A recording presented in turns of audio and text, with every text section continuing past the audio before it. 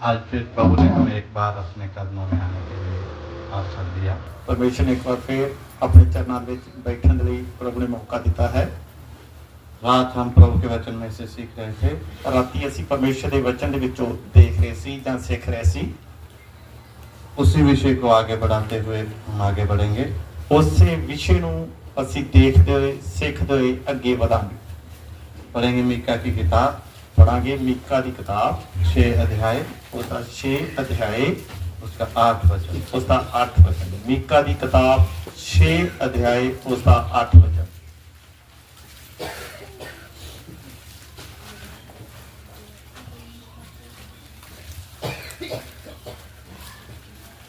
हे मनुष्य, वह तुझे बता चुका है कि अच्छा क्या है, और यहोवा तुझसे इसे छोड़ और क्या चाहता है कि तू न्याय से काम करे और कृपा से प्रीति रखे और अपने परमेश्वर के साथ नम्रता से चले। पंजाबी में। हे आदमी, ਉਹਨੇ ਤੈਨੂੰ ਦੱਸਿਆ ਕਿ ਭਲਾ ਕੀ ਹੈ ਅਤੇ ਯਹੋਵਾ ਤੇਤੋਂ ਹੋਰ ਕੀ ਮੰਗਦਾ, ਪਰ ਇਹ ਕਿ ਤੂੰ ਇਨਸਾਫ ਕਰ, ਦਇਆ ਨਾਲ ਪ੍ਰੇਮ ਰੱਖ ਅਤੇ ਅਧੀਨ ਹੋ ਕੇ ਆਪਣੇ ਪਰਮੇਸ਼ਰ ਨਾਲ ਚੱਲ। हमने इधर पढ़ा है, ਅਸੀਂ ਇਧਰ ਪਰਮੇਸ਼ਰ ਦੇ ਵਚਨ ਵਿੱਚ ਪੜਿਆ ਹੈ, तू न्याय से काम करे ਤੂੰ ਨਿਆਂ ਦੇ ਨਾਲ ਕੰਮ ਕਰੇ और कृपा से प्रीति रखे ਅਤੇ ਦਇਆ ਦੇ ਨਾਲ ਪ੍ਰੇਮ ਰੱਖੇ और अपने परमेश्वर के साथ नम्रता से चले। ਅਤੇ ਆਪਣੇ ਪਰਮੇਸ਼ਰ ਦੇ ਨਾਲ ਬੜੀ ਦੀਨਤਾ ਦੇ ਨਾਲ ਚੱਲੇ। आज हम ये सीखेंगे, ਅੱਜ ਅਸੀਂ ਪਰਮੇਸ਼ਰ ਦੇ ਵਿੱਚ ਵਚਨ ਦੇ ਵਿੱਚ ਇਹ ਸਿੱਖਾਂਗੇ, परमेश्वर के साथ नम्रता से चलना है। ਪਰਮੇਸ਼ਰ ਦੇ ਨਾਲ ਬੜੀ ਦੀਨਤਾ ਦੇ ਨਾਲ ਚੱਲਣਾ ਹੈ। परमेश्वर के साथ चलने वाले लोगों के विषय में हम बहुत सीखते आए हैं। परमेश्वर के साथ चलने वाले लोगों के विषय में, ਪਰਮੇਸ਼ਰ ਦੇ ਨਾਲ ਚੱਲਣ ਵਾਲੇ ਲੋਕਾਂ ਦੇ ਬਾਰੇ ਅਸੀਂ ਸਿੱਖਦੇ ਆ ਰਹੇ ਹਾਂ। लेकिन आज हमें परमेश्वर का वचन ये कहता है, ਲੇਕਿਨ ਅੱਜ ਸਾਨੂੰ ਪਰਮੇਸ਼ਰ ਦਾ ਵਚਨ ਇਹ ਆਖਦਾ ਹੈ, हमें कहता है ਸਾਨੂੰ ਆਖਦਾ ਹੈ हमने कैसे चलना है। ਅਸੀਂ ਪਰਮੇਸ਼ਰ ਦੇ ਨਾਲ ਕਿਵੇਂ ਚੱਲਣਾ ਹੈ।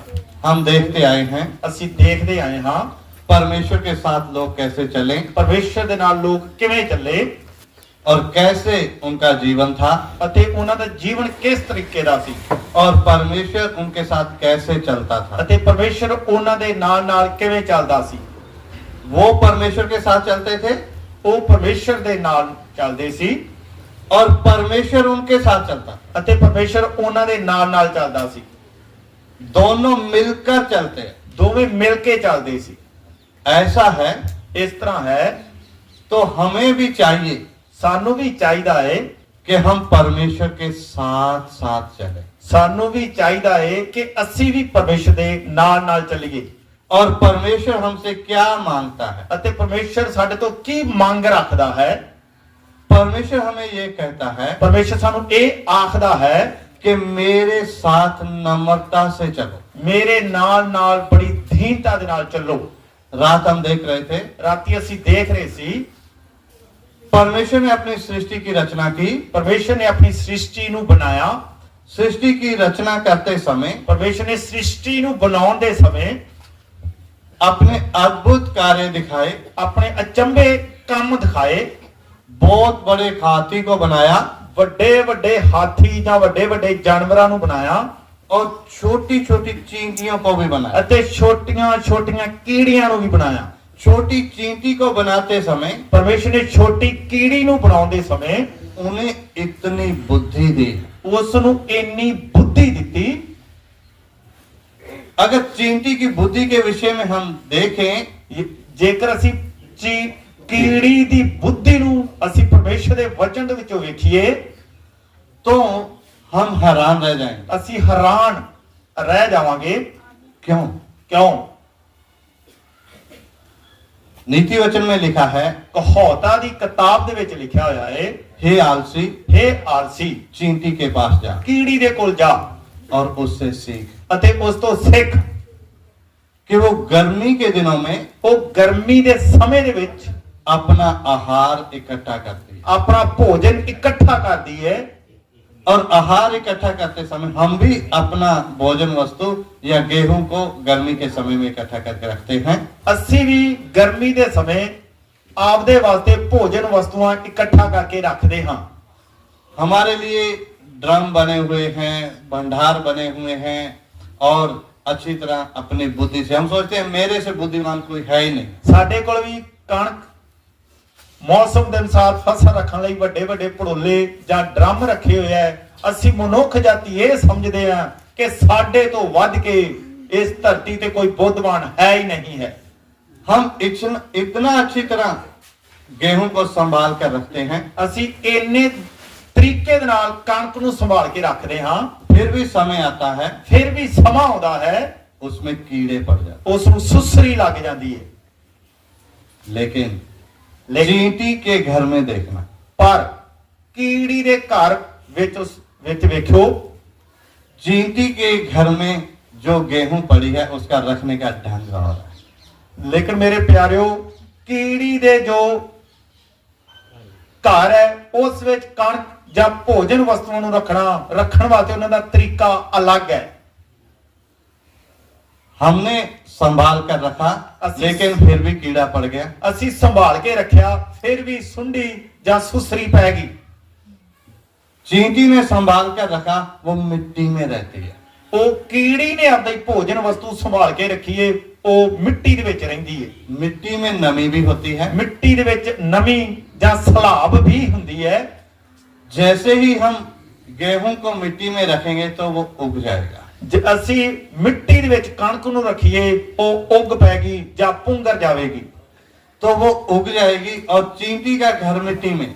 ਲੇਕਿਨ ਅਸੀਂ ਕਣਕ ਨੂੰ ਮਿੱਟੀ ਵਿੱਚ ਰੱਖੀਏ ਉਹ ਉੱਗ ਜਾਵੇਗੀ, ਲੇਕਿਨ ਕੀੜੀ ਦਾ ਜੋ ਘਰ ਹੈ ਉਹ ਮਿੱਟੀ ਵਿੱਚ ਹੈ, ਪਰ ਉਸਨੇ ਆਪਦੇ ਤਰੀਕੇ ਦੇ ਨਾਲ ਉਸ ਨੂੰ ਇਕੱਠਾ ਕਰਕੇ ਰੱਖਿਆ ਹੋਇਆ ਹੈ। फिर भी चींटी के घर में गेहूं उगता नहीं। ਫਿਰ ਵੀ ਕੀੜੀ ਦੇ ਘਰ ਵਿੱਚ ਕਣਕ ਉੱਗਦੀ ਨਹੀਂ ਜਾਂ ਪੁੰਗਰਦੀ ਨਹੀਂ ਹੈ। ऐसा क्यों? ਇਸ ਤਰ੍ਹਾਂ ਕਿਉਂ ਹੈ? परमेश्वर ने उसे बुद्धि दी। ਪਰਮੇਸ਼ਵਰ ਨੇ ਉਸ ਨੂੰ ਬੁੱਧ ਦਿੱਤੀ ਹੈ। छोटी सी चींटी है ਛੋਟੀ ਜੀ ਕੀੜੀ ਹੈ और उसकी बुद्धि को देखे तो बहुत बड़ी है। ਉਸ ਦੀ ਬੁੱਧ ਨੂੰ ਵੇਖੀਏ ਤਾਂ ਬਹੁਤ ਵੱਡੀ ਹੈ। वो गेहूं को काट कर उधर रखती है। ਉਹ ਕੀੜੀ ਉਹ ਕਣਕ ਨੂੰ ਦਲੀਏ ਦੇ ਵਾਂਗੂ ਕੱਟ ਕੱਟ ਕੇ ਰੱਖਦੀ ਹੈ। उनके टुकड़े करके रखती है इसलिए ताकि वो पुंगरे ना। ਉਹ ਟੁਕੜੇ ਟੁਕੜੇ ਕਰਕੇ ਰੱਖ ਦਿੰਦੀ ਏ ਤਾਂ ਕਿ ਉਹ ਉੱਗੇ ਨਾ।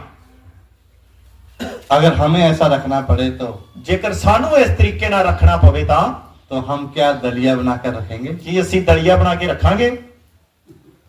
लेकिन हमसे ज्यादा बुद्धि किसको है? ਲੇਕਿਨ ਸਾਡੇ ਤੋਂ ਵੱਧ ਬੁੱਧ ਕਿਸ ਨੂੰ ਹੈ? कभी सोचा था? ਕਦੀ ਸੋਚਿਆ ਸੀ? इसी प्रकार और भी बहुत सी वस्तुएं हैं। हमने एक- एक गेहूं की उदाहरण दी है। ਇਸ ਤਰ੍ਹਾਂ ਹੋਰ ਵੀ ਬਹੁਤ ਉਦਾਹਰਨਾਂ ਹਨ। ਅਸੀਂ ਤਾਂ ਸਿਰਫ ਕਣਕ ਦੀ ਉਦਾਹਰਨ ਦਿੱਤੀ ਹੈ। जैसे मैंने ये पढ़ा सुना और उसके बाद प्रैक्टिकल करके देखा। ਅਸੀਂ ਪੜਿਆ ਸਮਝਿਆ ਤੇ ਅਨੁਭਵ ਕਰਕੇ ਵੇਖਿਆ ਹੈ। मेरी एक आदत है, ਮੇਰੀ ਇੱਕ ਆਦਤ ਹੈ जो मैं सुनता हूं ਜੋ ਮੈਂ ਸੁਣਦਾ ਹਾਂ उसका प्रैक्टिकल करने के प्रयास करता हूं। ਉਸ ਦਾ ਮੈਂ ਉਸ ਨੂੰ ਅਨੁਭਵ ਵਿੱਚ ਲੈਣ ਵਾਸਤੇ ਬੜੀ ਕੋਸ਼ਿਸ਼ ਕਰਦਾ ਹਾਂ।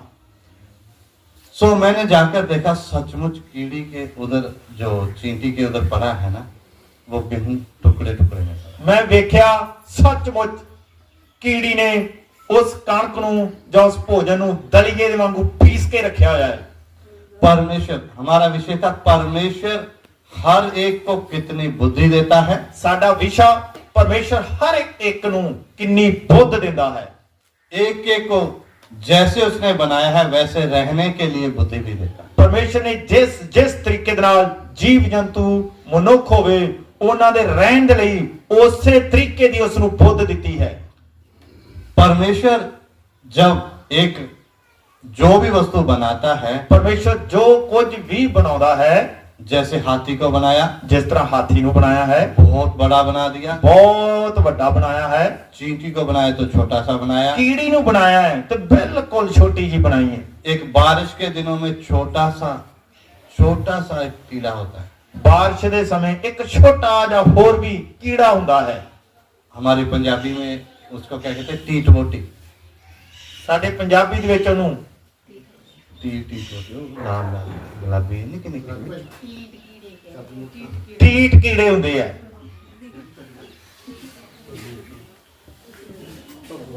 भाई की बात सुनो। चलिए, तो उसको कितना सुंदर बना। ਉਸ ਨੂੰ ਪਰਮੇਸ਼ਰ ਨੇ ਕਿੰਨਾ ਸੋਹਣਾ ਬਣਾਇਆ ਹੈ। छोटा सा है, ਛੋਟਾ ਜਿਹਾ ਹੈ। तो उसकी सुंदरता को देखकर हम पकड़ते हैं, हाथ में लेकर आते हैं। ਅਸੀਂ ਉਸ ਨੂੰ ਸੁੰਦਰਤਾ ਨੂੰ ਵੇਖ ਕੇ ਅਸੀਂ ਆਪਣੇ ਹੱਥ ਵਿੱਚ ਲੈਣਾ ਚਾਹੁੰਦੇ ਆ, ਜਿਹਨੂੰ ਪੰਜਾਬੀ ਦੇ ਵਿੱਚ ਰਾਜਾ ਵੀ ਕਹਿ ਦਿੰਦੇ, ਜੋ ਬਰਸੀਨ ਤੇ ਹੁੰਦਾ ਹੈ। सो ऐसे ऐसे कितने परमेश्वर की बनाई हुई वस्तुएं हैं जिनके विषय में बयान करते रहेंगे तो समय खत्म हो जाएगा। ਇਸ ਤਰੀਕੇ ਦੇ ਨਾਲ ਬਹੁਤ ਅੱਛੀਆਂ ਵਧੀਆ ਜੀਵ ਜੰਤੂਆਂ ਦੇ ਬਾਰੇ ਪਰਮੇਸ਼ਰ ਦੇ ਬਾਈਬਲ ਪਰਮੇਸ਼ਰ ਦੇ ਵਚਨ ਵਿੱਚ ਲਿਖਿਆ ਹੈ, ਜਿਸ ਨੂੰ ਸਮਝਦੇ ਹੋਏ ਅੱਗੇ ਵਧਾਂਗੇ ਤੇ ਟਾਈਮ ਬਹੁਤ ਲੱਗ ਜਾਏਗਾ।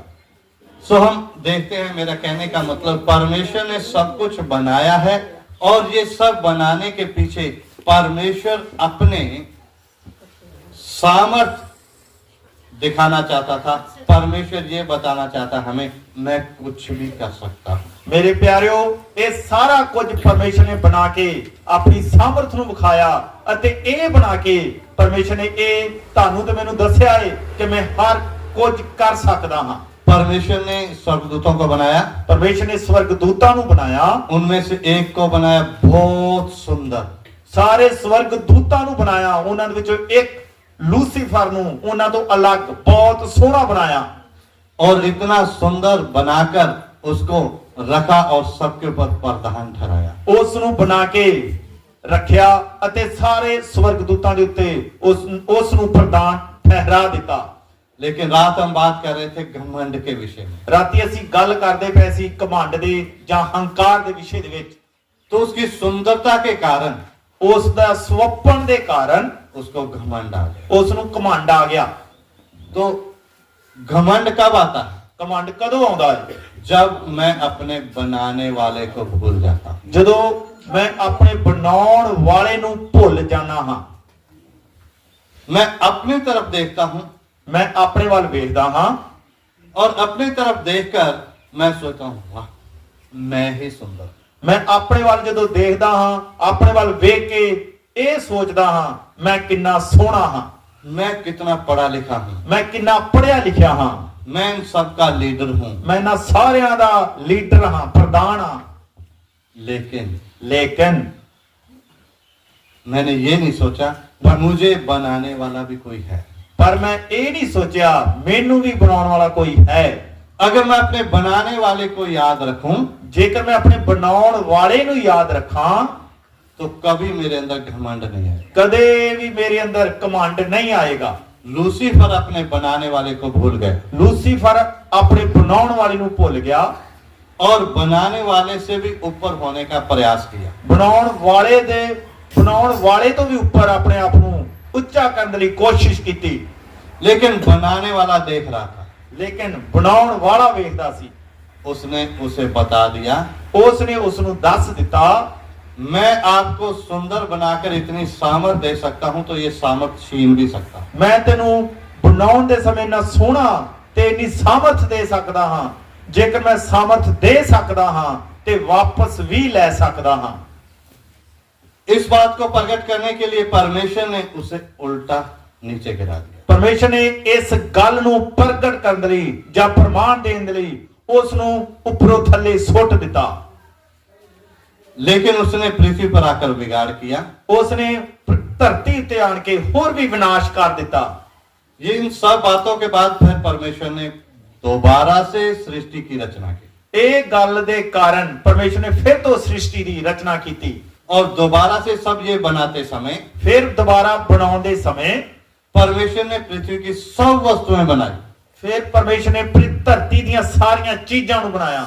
बनाने का अर्थ हम सीधा देसी भाषा में बोलते हैं, लेकिन वो बनी हुई वस्तुओं को दोबारा से प्रोड्यूस किया, उनको दोबारा आने के लिए बुलाया। ਫਿਰ ਪਰਮੇਸ਼ਰ ਨੇ ਜੋ ਧਰਤੀ ਜਿੰਨੀਆਂ ਵੀ ਚੀਜ਼ਾਂ ਪਾਣੀ ਦੇ ਵਿੱਚ ਥੱਲੇ ਡੁਬੋ ਦਿੱਤੀਆਂ, ਪਰਮੇਸ਼ਰ ਫਿਰ ਤੋਂ ਉਹਨਾਂ ਦੀ ਮੁਰੰਮਤ ਕਰਨ ਦੇ ਤਰੀਕੇ ਨਾਲ ਆਪਾਂ ਬੋਲ ਸਕਦੇ ਹਾਂ, ਮੁਰੰਮਤ ਕੀਤਾ। और सबसे आखिर में आदम को बनाया। ਸਾਰਿਆਂ ਤੋਂ ਆਖਰ ਦੇ ਵਿੱਚ ਪਰਮੇਸ਼ਰ ਨੇ ਆਦਮ ਨੂੰ ਬਣਾਇਆ। आदम को बनाते समय सबसे पहले बना सकता था, पहले दिन बना सकता था। ਪਰਮੇਸ਼ਰ ਚਾਹੇ ਜਾਂ ਚਾਹੁੰਦਾ ਤੇ ਸ੍ਰਿਸ਼ਟੀ ਜੀਵ ਜੰਤੂ ਨੂੰ ਬਣਾਉਣ ਤੋਂ ਪਹਿਲਾਂ ਆਦਮ ਨੂੰ ਬਣਾ ਸਕਦਾ ਸੀ, लेकिन 5 दिन में ये सब काम करने के बाद 6वें दिन आदम को बनाया। 5 ਦਿਨਾਂ ਦੇ ਵਿੱਚ ਸਾਰਾ ਕੁਝ ਬਣਾਉਣ ਤੋਂ ਬਾਅਦ ਵਿੱਚ 6ਵੇਂ ਦਿਨ ਆਦਮ ਨੂੰ ਜਾਂ ਮਨੁੱਖ ਨੂੰ ਬਣਾਇਆ। आदम को आखिर में क्यों बनाया? ਪਰਮੇਸ਼ਰ ਨੇ ਆਦਮ ਨੂੰ ਜਾਂ ਮਨੁੱਖ ਨੂੰ 6ਵੇਂ ਦਿਨ ਜਾਂ ਆਖਰ ਦੇ ਵਿੱਚ ਕਿਉਂ ਬਣਾਇਆ? और बनाते समय मिट्टी से बनाया। ਔਰ ਬਣਾਉਣ ਦੇ ਸਮੇਂ ਵੀ ਉਸ ਨੂੰ ਮਿੱਟੀ ਤੋਂ ਹੀ ਬਣਾਇਆ। लूसीफर को इतना सुंदर बनाया ਲੂਸੀਫਰ ਨੂੰ ਇਹਨਾਂ ਸੋਹਣਾ ਬਣਾਇਆ और लूसीफर में घमंड आ गया ਔਰ ਅਤੇ ਲੂਸੀਫਰ ਦੇ ਵਿੱਚ ਹੰਕਾਰ ਜਾਂ ਕਮਾਂਡ ਆ ਗਿਆ। आदम को मिट्टी से बनाया ਆਦਮ ਨੂੰ ਮਿੱਟੀ ਤੋਂ ਬਣਾਇਆ और सबसे आखिर में बनाया। ਅਤੇ ਸਭ ਤੋਂ ਬਾਅਦ ਵਿੱਚ ਬਣਾਇਆ। ऐसा क्यों? ਇਸ ਤਰ੍ਹਾਂ ਕਿਉਂ?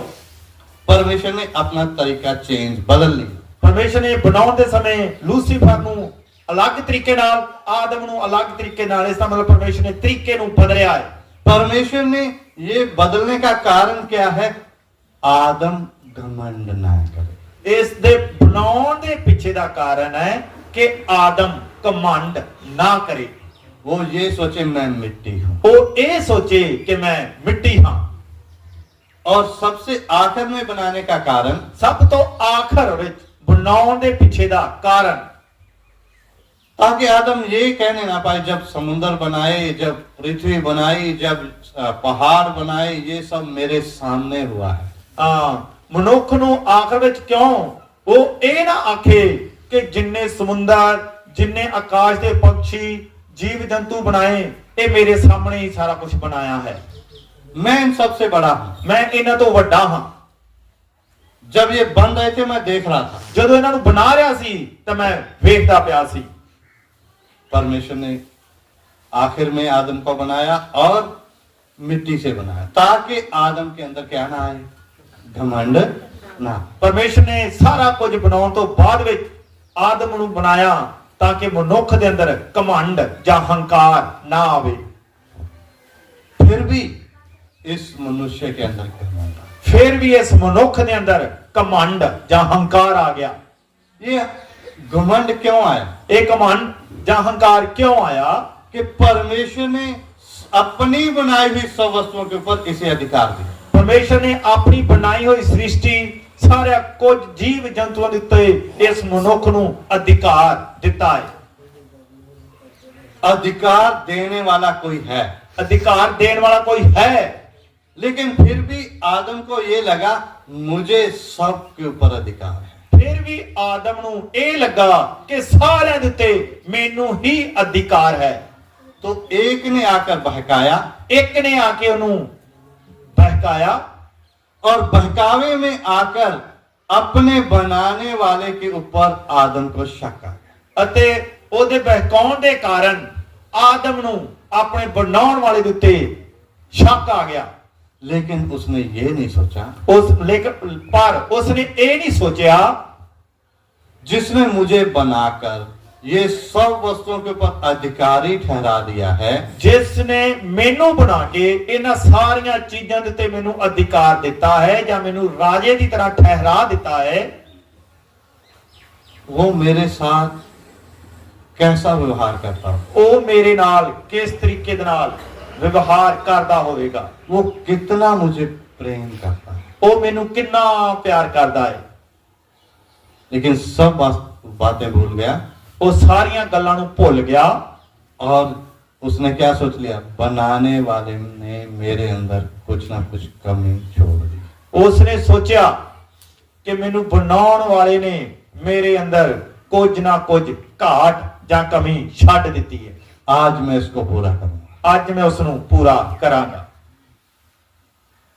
आदम के अंदर या मनुष्य के अंदर हमेशा आगे बढ़ने की कोशिश होती है। ਮਨੁੱਖ ਦੇ ਅੰਦਰ ਹਮੇਸ਼ਾ ਦੂਸਰਿਆਂ ਦੇ ਨਾਲੋਂ ਅੱਗੇ ਵਧਣ ਦੀ ਕੋਸ਼ਿਸ਼ ਹੁੰਦੀ ਹੈ। इस प्रयास में चलते चलते ਇਸ ਤਰੀਕੇ ਦੇ ਨਾਲ ਚੱਲਦੇ ਚੱਲਦੇ जिसके पीछे चलना है हम उससे आगे चले जाते हैं। ਹਾਂ ਜਿਸ ਤੇ ਅਸੀਂ ਪਿੱਛੇ ਚੱਲਣਾ ਹੁੰਦਾ ਹੈ ਅਸੀਂ ਉਸ ਤੋਂ ਅੱਗੇ ਨਿਕਲ ਜਾਂਦੇ ਹਾਂ। आगे जाते समय होता क्या है, ਅੱਗੇ ਜਾਂਦੇ ਹੁੰਦਾ ਕੀ ਏ, जैसे रात में गाड़ी चलाकर जा रहा था, ਜੈਸੇ ਜਿਸ ਤਰ੍ਹਾਂ ਪ੍ਰਭੂ ਦਾ ਦਾਸ ਰਾਤ ਗੱਡੀ ਚਲਾਉਂਦੇ ਸਮੇਂ ਜਾ ਰਹੇ ਸੀ, तो मैंने भाई को बोला आप अपना गाड़ी आगे रखो, ਪ੍ਰਭੂ ਦੇ ਦਾਸਾਂ ਨੇ ਆਖਿਆ ਤੁਸੀਂ ਆਪਦੀ ਗੱਡੀ ਅੱਗੇ ਰੱਖਿਆ ਜੇ, ताकि जिस डायरेक्शन में आप जाओगे उसी तरह मैं चलता रहूं। ਜਿਸ ਤਰੀਕੇ ਨਾਲ ਤੁਸੀਂ ਅੱਗੇ ਅੱਗੇ ਜਾਓਗੇ ਅਸੀਂ ਉਸੇ ਤਰੀਕੇ ਨਾਲ ਅਸੀਂ ਤੁਹਾਡੇ ਪਿੱਛੇ ਪਿੱਛੇ ਆਵਾਂਗੇ। अगर मैं उससे आगे बढ़कर जाता, ਜੇਕਰ ਅਸੀਂ ਉਸ ਤੋਂ ਅੱਗੇ ਲੰਘਦੇ मैं रास्ता भटक जाता। ਅਸੀਂ ਰਾਸਤਾ ਭੁੱਲ ਜਾਂਦੇ, रात फिर भी रास्ता भटक गया, ਫਿਰ ਵੀ ਅਸੀਂ ਰਾਸਤਾ ਭੁੱਲ ਗਏ क्योंकि भाई पीछे रह गया। ਕਿਉਂਕਿ ਭਰਾ ਪਿੱਛੇ ਰਹਿ ਗਿਆ ਸੀ। तो भाई आगे पहले चले गया, मैं पीछे पीछे रह गया। ਉਹ ਭਰਾ ਸਾਡੇ ਤੋਂ ਪਹਿਲਾਂ 4-5 ਮਿੰਟ ਪਹੁੰਚ ਗਏ, ਅਸੀਂ ਬਾਅਦ ਵਿੱਚ ਪਹੁੰਚੇ। मुझे ज्यादा दौड़ना पड़ा, ਮੈਨੂੰ ਜ਼ਿਆਦਾ ਲੰਮਾ ਸਫ਼ਰ ਕਰਨਾ ਪਿਆ, वो आसानी से चले गए, ਉਹ ਆਸਾਨੀ ਦੇ ਨਾਲ ਚਲਾ ਗਿਆ क्योंकि रास्ता दिखाने वाले का पीछा मैंने नहीं किया। ਕਿਉਂਕਿ ਰਾਸਤਾ ਦਿਖਾਉਣ ਵਾਲੇ ਦੇ ਮੈਂ ਪਿੱਛੇ ਪਿੱਛੇ ਨਹੀਂ ਚੱਲਿਆ। और मुझे रास्ता बताने वाले थे, ਮੈਨੂੰ ਰਾਸਤਾ ਦੱਸਣ ਵਾਲੇ ਸੀ, अगर वो ना होते ਜੇਕਰ ਉਹ ਨਾ ਹੁੰਦੇ तो मैं घर नहीं पहुंच सकता, ਮੈਂ ਘਰ ਨਹੀਂ, ਮੈਂ ਹੋਰ ਕਿਤੇ ਪਹੁੰਚ ਜਾਣਾ ਸੀ। मैंने जलंधर चले जाना। ਮੈਨੇ ਜਲੰਧਰ ਜਾਂ ਸੁਲਤਾਨਪੁਰ ਚਲੇ ਜਾਣਾ ਸੀ। सो ऐसा क्यों हुआ? ਇਸ ਤਰ੍ਹਾਂ ਕਿਉਂ ਹੋਇਆ? इसी तरह आज हम रास्ता दिखाने वाला हमें कैसे लेकर चलता है उस बात को भूल जाते हैं। ਅਸੀਂ ਇਹ ਭੁੱਲ ਜਾਂਦੇ ਹਾਂ ਕਿ ਸਾਨੂੰ ਰਾਸਤਾ ਦਿਖਾਉਣ ਵਾਲਾ ਅੱਗੇ ਆ, ਪਰ ਅਸੀਂ ਉਸ ਨੂੰ ਛੱਡ ਕੇ ਆਪਦਾ ਹੀ ਰਾਸਤਾ ਫੜ ਲੈਂਦੇ ਹਾਂ। इसलिए आज परमेश्वर हमसे क्या मांगता है? ਅੱਜ ਪਰਮੇਸ਼ਰ ਦੀ ਮੰਗ ਸਾਡੇ ਕੋਲੋਂ ਕੀ ਹੈ? उसी वचन को दोबारा से पढ़ेंगे, ਉਸੇ ਵਚਨ ਨੂੰ ਅਸੀਂ ਦੁਬਾਰਾ ਪੜਾਂਗੇ। मीका 6 का 8। ਮੀਕਾ ਦੀ ਕਿਤਾਬ 6 ਅਧਿਆਏ ਉਸ ਦਾ 8 ਵਚਨ। हे मनुष्य, ਮੈਂ ਖੋਲ ਲੂਗਾ। हे मनुष्य, हाँ। हे मनुष्य, वह तुझे बता चुका है कि अच्छा क्या है, और यहोवा तुझसे इसे छोड़ और क्या चाहता है कि तू न्याय से काम करे और कृपा से प्रीति रखे और अपने परमेश्वर के साथ नम्रता से चले। अपने परमेश्वर के साथ नम्रता से चले। परमेश्वर हमसे क्या कहना मांगता है? ਪਰਮੇਸ਼ਰ ਸਾਡੇ ਤੋਂ ਕੀ ਮੰਗ ਰੱਖਦਾ ਹੈ ਕਿ ਅਸੀਂ ਪਰਮੇਸ਼ਰ ਦੇ ਨਾਲ ਬੜੀ ਧੀਰਤਾ ਦੇ ਨਾਲ ਚੱਲੀਏ। परमेश्वर हमसे क्या चाहता है? ਪਰਮੇਸ਼ਰ ਸਾਡੇ ਤੋਂ ਚਾਹੁੰਦਾ ਕੀ ਹੈ? उसके लिए और पढ़ेंगे, ਅਸੀਂ ਉਸ ਦੇ ਵਾਸਤੇ ਹੋਰ ਵੀ ਪੜਾਂਗੇ। यशाया की किताब ਯਸ਼ਾਇਆ ਦੀ किताब 57 अध्याय 57 ਅਧਿਆਏ उसका 15 वचन पढ़ेंगे। ਯਸ਼ਾਇਆ 57 ਦੀ 15। यशाया की पुस्तक 57 अध्याय 15 वचन। यशाया की किताब 57 अध्याय उसका 15 वचन। क्योंकि जो महान और उत्तम और सदैव स्थिर रहता है और जिसका नाम पवित्र है, वह यूं कहता है, मैं ऊंचे पर और पवित्र स्थान में निवास करता हूँ और उसके संग भी रहता हूँ, जो खेदित और नम्र है, हर्षित करूं। ਮਹਾਨ ਅਤੇ ਉੱਤਮ ਪੁਰਖ ਜੋ ਸਦਾ ਕਾਇਮ ਹੈ, ਜਿਸ ਦਾ ਨਾਮ ਪਵਿੱਤਰ ਹੈ, ਇਉਂ ਆਖਦਾ ਹੈ, ਮੈਂ ਉੱਚੇ ਅਤੇ ਪਵਿੱਤਰ ਅਸਥਾਨ ਵਿੱਚ ਵਸਦਾ ਹਾਂ, ਉਸ ਦੇ ਨਾਲ ਵੀ ਜਿਹਦਾ ਆਤਮਾ ਕੁਚਲਿਆ ਤੇ ਅੱਜਾ ਹੈ, ਭਈ ਮੈਂ ਅੱਜਿਆਂ ਦੇ ਆਤਮਾ ਨੂੰ ਜਿਵਾਵਾਂ, ਕੁਚਲਿਆਂ ਹੋਇਆਂ ਦੇ ਦਿਲਾਂ ਨੂੰ ਜਿਵਾਵਾਂ। हाँ, मैं नम्र आत्मा वाले के साथ रहता हूं। मैं नम्र आत्मा दे वाले नाल रहना हां। परमेश्वर जो महान है, पवित्र है, परमेश्वर जो महान है अते पवित्र है, जो ऊंचाइयों में वास करता है, जो ऊंचाइयां दे विच वसदा है, वो नम्र आत्मा वाले के लिए वो दीन आत्मा वाले दे लई नीचे उतर कर आता है। ਉਹ ਥੱਲੇ ਉਤਰ ਕੇ ਆ ਜਾਂਦਾ ਹੈ। वो पवित्र परमेश्वर क्या कहता है, ਉਹ ਪਵਿੱਤਰ ਪਰਮੇਸ਼ਰ ਕੀ ਕਹਿੰਦਾ ਹੈ? और मैं उसके संग भी रहता हूं ਪਰਮੇਸ਼ਰ ਉਸ ਦੇ ਨਾਲ ਵੀ ਰਹਿੰਦਾ ਹੈ जो खेदित और नम्र है। ਜੋ ਖੇਦਿਤ ਜਾਂ ਟੁੱਟਿਆ ਹੋਇਆ ਜਾਂ ਧੀਨ ਹੈ। खेदित और नम्र व्यक्ति के साथ रहने के लिए ਉਹ ਟੁੱਟੇ ਹੋਏ ਦਿਲ ਵਾਲੇ ਦੇ ਨਾਲ ਅਤੇ ਧੀਨ ਵਿਅਕਤੀ ਦੇ ਨਾਲ ਰਹਿਣ ਵਾਲੇ ਦੇ ਲਈ नीचे आ जाता है। ਥੱਲੇ ਉਤਰ ਕੇ ਆ ਜਾਂਦਾ ਹੈ। हम प्रभु के वचन में से देखते हैं, ਅਸੀਂ ਪਰਮੇਸ਼ਰ ਦੇ ਵਚਨ ਵਿੱਚੋਂ ਦੇਖਦੇ ਹਾਂ। मत्ती रचित सुसमाचार 11 अध्याय उसका 29 वचन में हम देखते हैं, पढ़ने की जरूरत नहीं है। ਮੱਤੀ ਦੀ ਅੰਜੀਲ ਉਹਦਾ 11 ਅਧਿਆਏ ਉਹਦਾ 29 ਵਚਨ ਦੇ ਵਿੱਚ ਅਸੀਂ ਦੇਖਦੇ ਹਾਂ। प्रभु यीशु मसीह कहते हैं, ਪ੍ਰਭੂ ਯਿਸੂ ਮਸੀਹ ਆਖਦਾ ਹੈ, मुझसे सीखो, ਮੇਰੇ ਤੋਂ ਸਿੱਖੋ, मैं कोमल ਮੈਂ ਕੋਮਲ और मन का दीन हूं, ਮੈਂ ਮਨ ਦਾ ਧੀਨ ਹਾਂ, मैं नम्र हूं, ਮੈਂ ਨਮਰ ਹਾਂ। इसलिए मुझसे सीखो। ਇਸ ਲਈ ਮੇਰੇ ਤੋਂ ਸਿੱਖੋ। आदम को परमेश्वर ने मिट्टी से बनाया, ਆਦਮ ਨੂੰ ਪਰਮੇਸ਼ਰ ਨੇ ਮਿੱਟੀ ਦੇ ਨਾਲ ਬਣਾਇਆ, फिर भी दीन और नम्र नहीं रहा, ਫਿਰ ਵੀ ਧੀਨ ਅਤੇ ਨਮਰ ਨਹੀਂ ਰਿਹਾ, फिर भी अपने बनाने वाले के ऊपर उंगली उठाया, ਫਿਰ ਵੀ ਆਪਣੇ ਬਣਾਉਣ ਵਾਲੇ ਦੇ ਉੱਤੇ ਉਂਗਲੀ ਚੁੱਕੀ, फिर भी अपने बनाने वाले के विषय में उसे संदेह हो गया, ਫਿਰ ਵੀ ਆਪਣੇ ਬਣਾਉਣ ਵਾਲੇ ਦੇ ਉੱਤੇ ਉਸ ਨੂੰ ਸ਼ੱਕ ਆ ਗਿਆ। लेकिन वो ऊंचाइयों में वास करने वाला परमेश्वर ਫਿਰ ਵੀ ਉਹ ਪਰਮੇਸ਼ਰ ਉਚਾਈਆਂ ਦੇ ਉੱਤੇ ਵਸਣ ਵਾਲਾ ਪਰਮੇਸ਼ਰ, हमेशा हमेशा महिमा में वास करने वाला प्रभु, ਹਮੇਸ਼ਾ ਹਮੇਸ਼ਾ ਦੇ ਲਈ ਮਹਿਮਾ ਦੇ ਵਿੱਚ ਵਾਸ ਕਰਨ ਵਾਲਾ ਪਰਮੇਸ਼ਰ, वो स्वर्ग की महिमा छोड़कर ਉਹ ਸਵਰਗ ਦੀ ਮਹਿਮਾ ਨੂੰ ਛੱਡ ਕੇ हम मनुष्यों को सिखाने के लिए ਸਾਨੂੰ ਮਨੁੱਖਾਂ ਨੂੰ ਸਿਖਾਉਣ ਦੇ ਲਈ इस पृथ्वी पर आया, ਇਸ ਧਰਤੀ ਉੱਤੇ ਆਇਆ, अपने आप को दीन किया, ਆਪਣੇ ਆਪ ਨੂੰ ਧੀਨ ਕੀਤਾ, अपने आप को नम्र किया, ਆਪਣੇ ਆਪ ਨੂੰ ਨਮਰ ਕੀਤਾ, इतना नम्र किया, ਇੰਨਾ ਨਮਰ ਕਰ ਦਿੱਤਾ। वो परमेश्वर होते हुए भी ਉਹ ਪਰਮੇਸ਼ਰ ਹੁੰਦੇ ਹੋਏ ਵੀ अपनी सृष्टि के अधीन हुआ। ਉਹ ਆਪਣੀ ਸ੍ਰਿਸ਼ਟੀ ਦੇ ਅਧੀਨਤਾ ਦੇ ਵਿੱਚ ਹੋ ਗਿਆ। सृष्टि के अधीन होने का मतलब ਸ੍ਰਿਸ਼ਟੀ ਦੇ ਧੀਨ ਹੋਣ ਦਾ ਮਤਲਬ मरियम और यूसुफ की अधीनता में आ गया। ਉਹ ਮਰੀਮ ਅਤੇ ਯੂਸਫ ਦੇ ਆਗਿਆਕਾਰੀ ਦੇ ਵਿੱਚ ਆ ਗਿਆ। एक दिन, 2 दिन, 10 दिन नहीं, ਇੱਕ ਜਾਂ 2 ਜਾਂ 10 ਦਿਨ ਦੇ ਲਈ ਨਹੀਂ, पूरे 30 साल तक। ਪੂਰੇ 30 ਸਾਲ ਤੱਕ ਆਪਣੀ ਸ੍ਰਿਸ਼ਟੀ ਦੇ ਧੀਨ ਰਿਹਾ।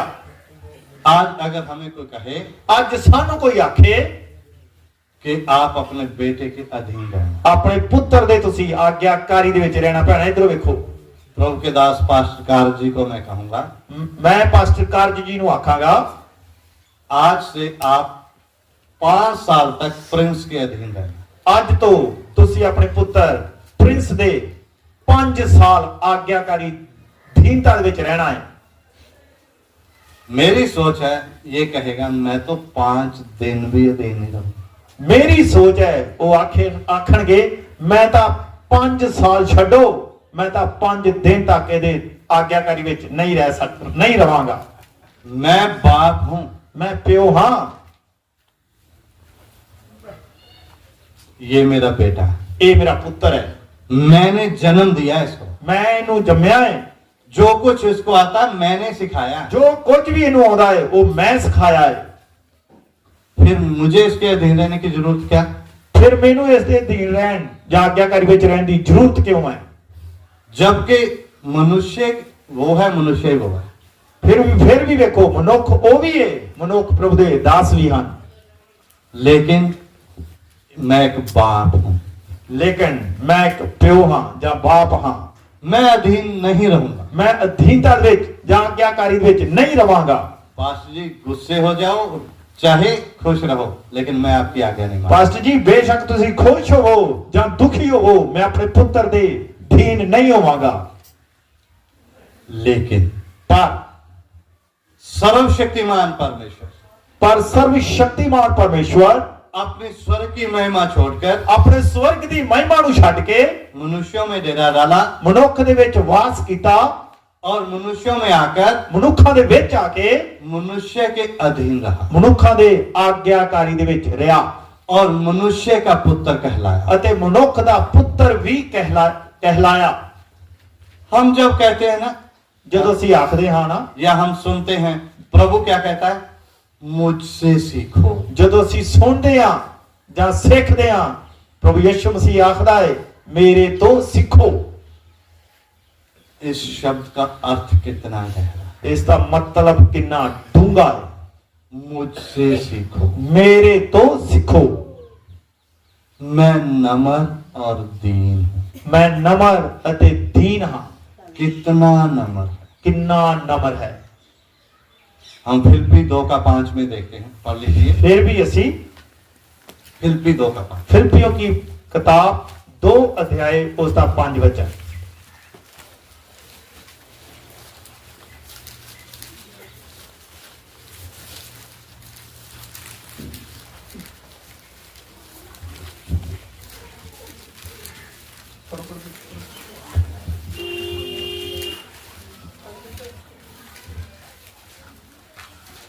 फिलिपियों 2:5। जैसा मसीह यीशु का स्वभाव था वैसा ही तुम्हारा स्वभाव भी हो। ਤੁਹਾਡਾ ਉਹ ਸੁਭਾਅ ਹੋਵੇ ਜੋ ਮਸੀਹ ਯਿਸੂ ਦਾ ਵੀ ਸੀ। आपका स्वभाव, तुम्हारा स्वभाव कैसा हो? ਤੁਹਾਡਾ ਸੁਭਾਅ ਕਿਸ ਤਰੀਕੇ ਦਾ ਹੋਵੇ? जैसा मसीह यीशु का था।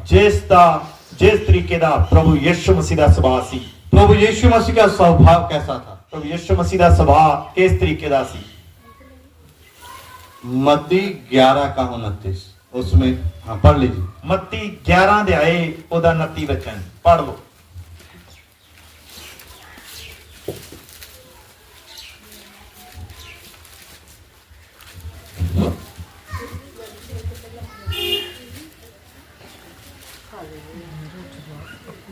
ਪਹਿਲਾ ਜ਼ਿਕਰ ਪੰਜਾਬੀ ਚ ਮਿਲਦਾ, ਪੰਜਾਬੀ ਚ ਪੜ੍ਹ ਲਿਆ ਕਰੋ। ਭਲਾ ਇੱਕ ਪੈਸੇ ਨੂੰ 2 ਚਿੜੀਆਂ ਨਹੀਂ ਵਿਕਦੀਆਂ। नहीं जी, 11 ਦੀ 29।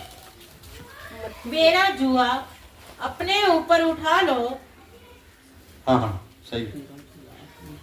मेरा जुआ अपने ऊपर उठा लो और मुझसे सीखो, क्योंकि मैं नम्र और मन में दीन हूँ, और तुम अपने मन में विश्वास पाओगे।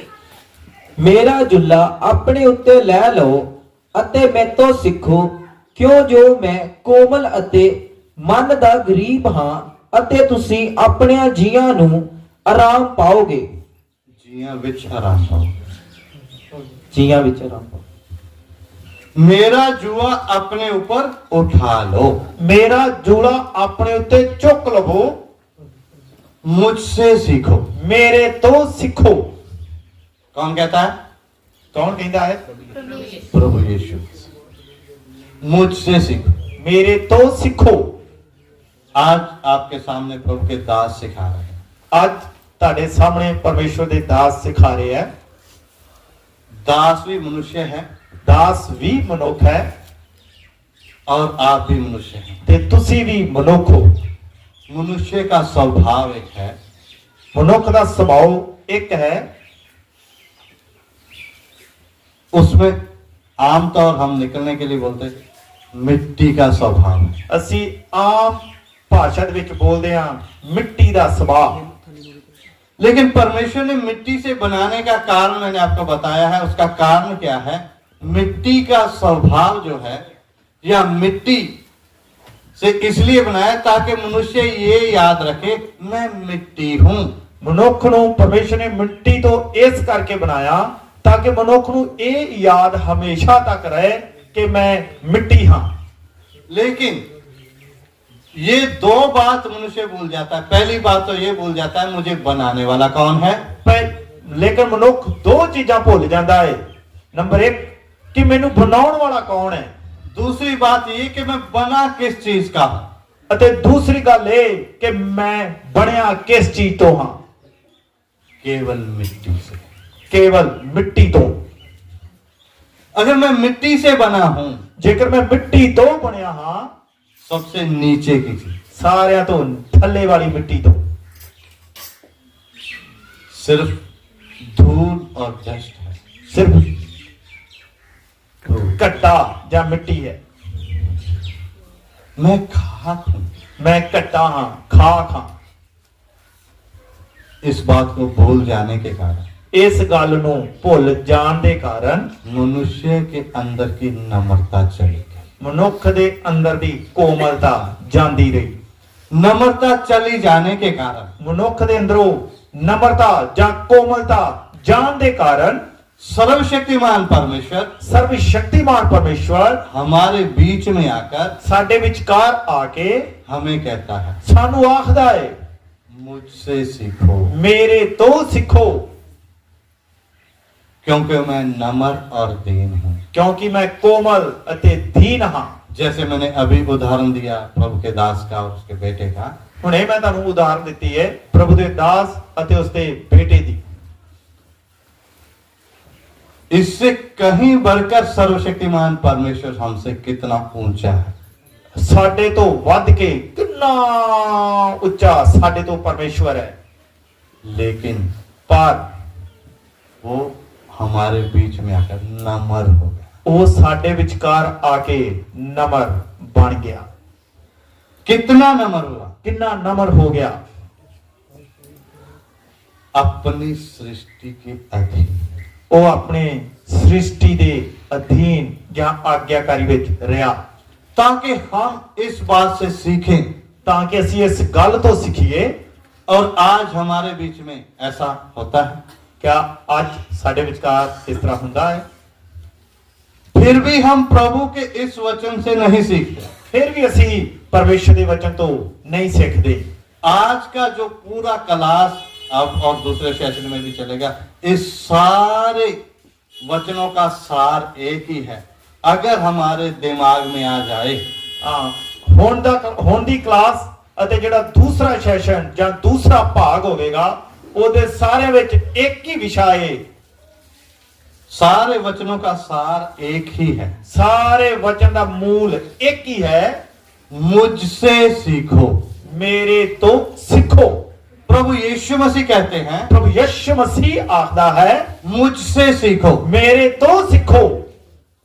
और प्रभु यीशु मसीह सिखाने के लिए ਪ੍ਰਭੂ ਯਿਸੂ ਮਸੀਹ ਤੁਹਾਨੂੰ ਤੇ ਮੈਨੂੰ ਸਿਖਾਉਣ ਦੇ ਲਈ नम्र और दीन हो गए।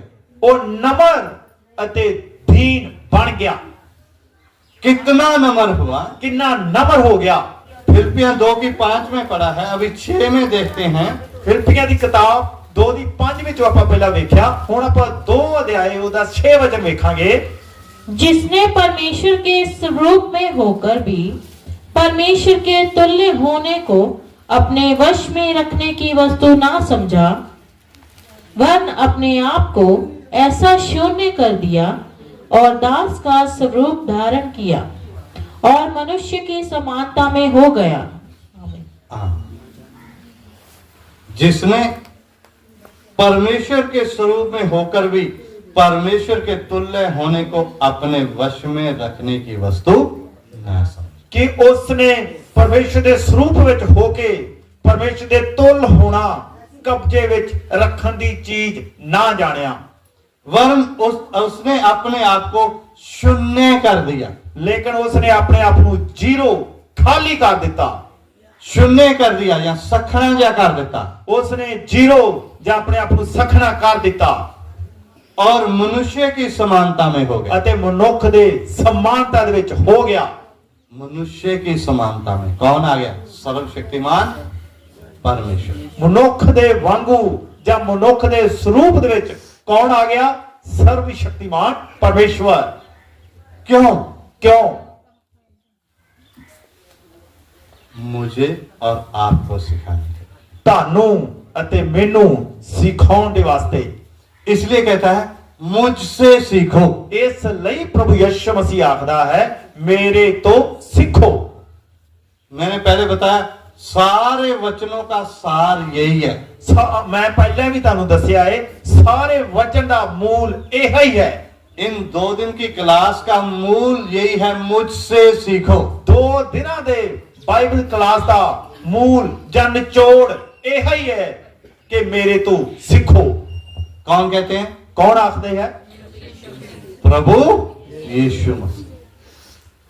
और मुझसे कैसा सीखना है? जैसे मैं आपको अभी इधर खड़े होकर सिखा रहा हूं, ਕਿਸ ਤਰ੍ਹਾਂ ਮੇਰੇ ਤੋਂ ਸਿੱਖਣਾ, ਜਿਸ ਤਰ੍ਹਾਂ ਇੱਧਰ ਅਸੀਂ ਖੜ ਕੇ ਤੁਹਾਨੂੰ ਸਿਖਾ ਰਹੇ ਹਾਂ। मैं सिखाते समय बहुत नम्रता सिखाऊंगा, बहुत दीनता सिखाऊंगा, लेकिन मेरा जीवन कैसा आप नहीं जानते। ਮੈਂ ਤੁਹਾਨੂੰ ਬਹੁਤ ਵਚਨ ਬਹੁਤ ਵਧੀਆ ਤਰੀਕੇ ਨਾਲ ਸਿਖਾਵਾਂਗਾ, ਨਮਰਤਾ ਦੇ ਬਾਰੇ, ਦੀਨਤਾ ਦੇ ਬਾਰੇ ਸਿਖਾਵਾਂਗਾ, ਲੇਕਿਨ ਤੁਹਾਨੂੰ ਮੇਰੇ ਜੀਵਨ ਦੇ ਬਾਰੇ ਚੰਗੇ ਤਰੀਕੇ ਦੇ ਨਾਲ ਪਤਾ ਨਹੀਂ ਹੈ। प्रभु यीशु मसीह के जीवन के विषय में, ਪ੍ਰਭੂ ਯਿਸੂ ਮਸੀਹ ਦੇ ਜੀਵਨ ਦੇ ਬਾਰੇ ਵਿੱਚ 33.5 साल का जीवन 33.5 ਸਾਲ ਦਾ ਜੀਵਨ इस वचन में लिख कर दिया है। ਇਸ ਵਚਨ ਦੇ ਵਿੱਚ, ਪਵਿੱਤਰ ਬਾਈਬਲ ਵਿੱਚ ਲਿਖ ਕੇ ਦਿੱਤਾ ਹੋਇਆ ਹੈ। कितना नम्र रहे, ਉਹ ਕਿੰਨਾ ਨਮਰ ਰਿਹਾ, कितना दीनता से रहे, ਕਿੰਨੀ ਆਗਿਆਕਾਰੀ ਵਿੱਚ ਰਿਹਾ। इसलिए कहते हैं ਇਸ ਲਈ ਆਖਦੇ ਹਾਂ, मुझसे सीखो। ਇਸ ਲਈ ਪ੍ਰਭੂ ਯਿਸੂ ਮਸੀਹ ਆਖਦਾ ਹੈ, ਮੇਰੇ ਤੋਂ ਸਿੱਖੋ। इसलिए प्रभु यीशु मसीह से सीखते समय हम प्रभु के वचनों में से और कुछ सीखेंगे आज नम्रता के विषय। ਹਾਂ, ਅਸੀਂ ਪਰਮੇਸ਼ਰ ਦੇ ਬਾਰੇ ਜਾਂ ਪਰਮੇਸ਼ਰ ਦੇ ਵਚਨ ਦੇ ਵਿੱਚੋਂ ਹੋਰ ਵੀ ਦੇਖਾਂਗੇ ਨਮਰਤਾ ਦੇ ਬਾਰੇ ਵਿੱਚ। दूसरा सैमुअल ਦੂਸਰਾ ਸੈਮੂਅਲ 22 अध्याय 36 वचन। ਦੂਸਰਾ ਸੈਮੂਅਲ 22 ਅਧਿਆਏ 36 वचन। 22 ਦੀ 36। ਦੂਸਰਾ ਸੈਮੂਅਲ 22 ਦੀ 36। तूने मुझको अपने उद्धार की ढाल दी है और तेरी नम्रता मुझे बढ़ाती है। ਬਸ ਪੰਜਾਬੀ।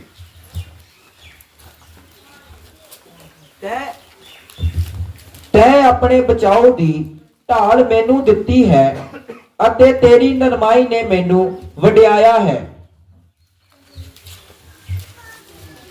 एक और वचन पढ़ेंगे, भजन संहिता 18 की 35।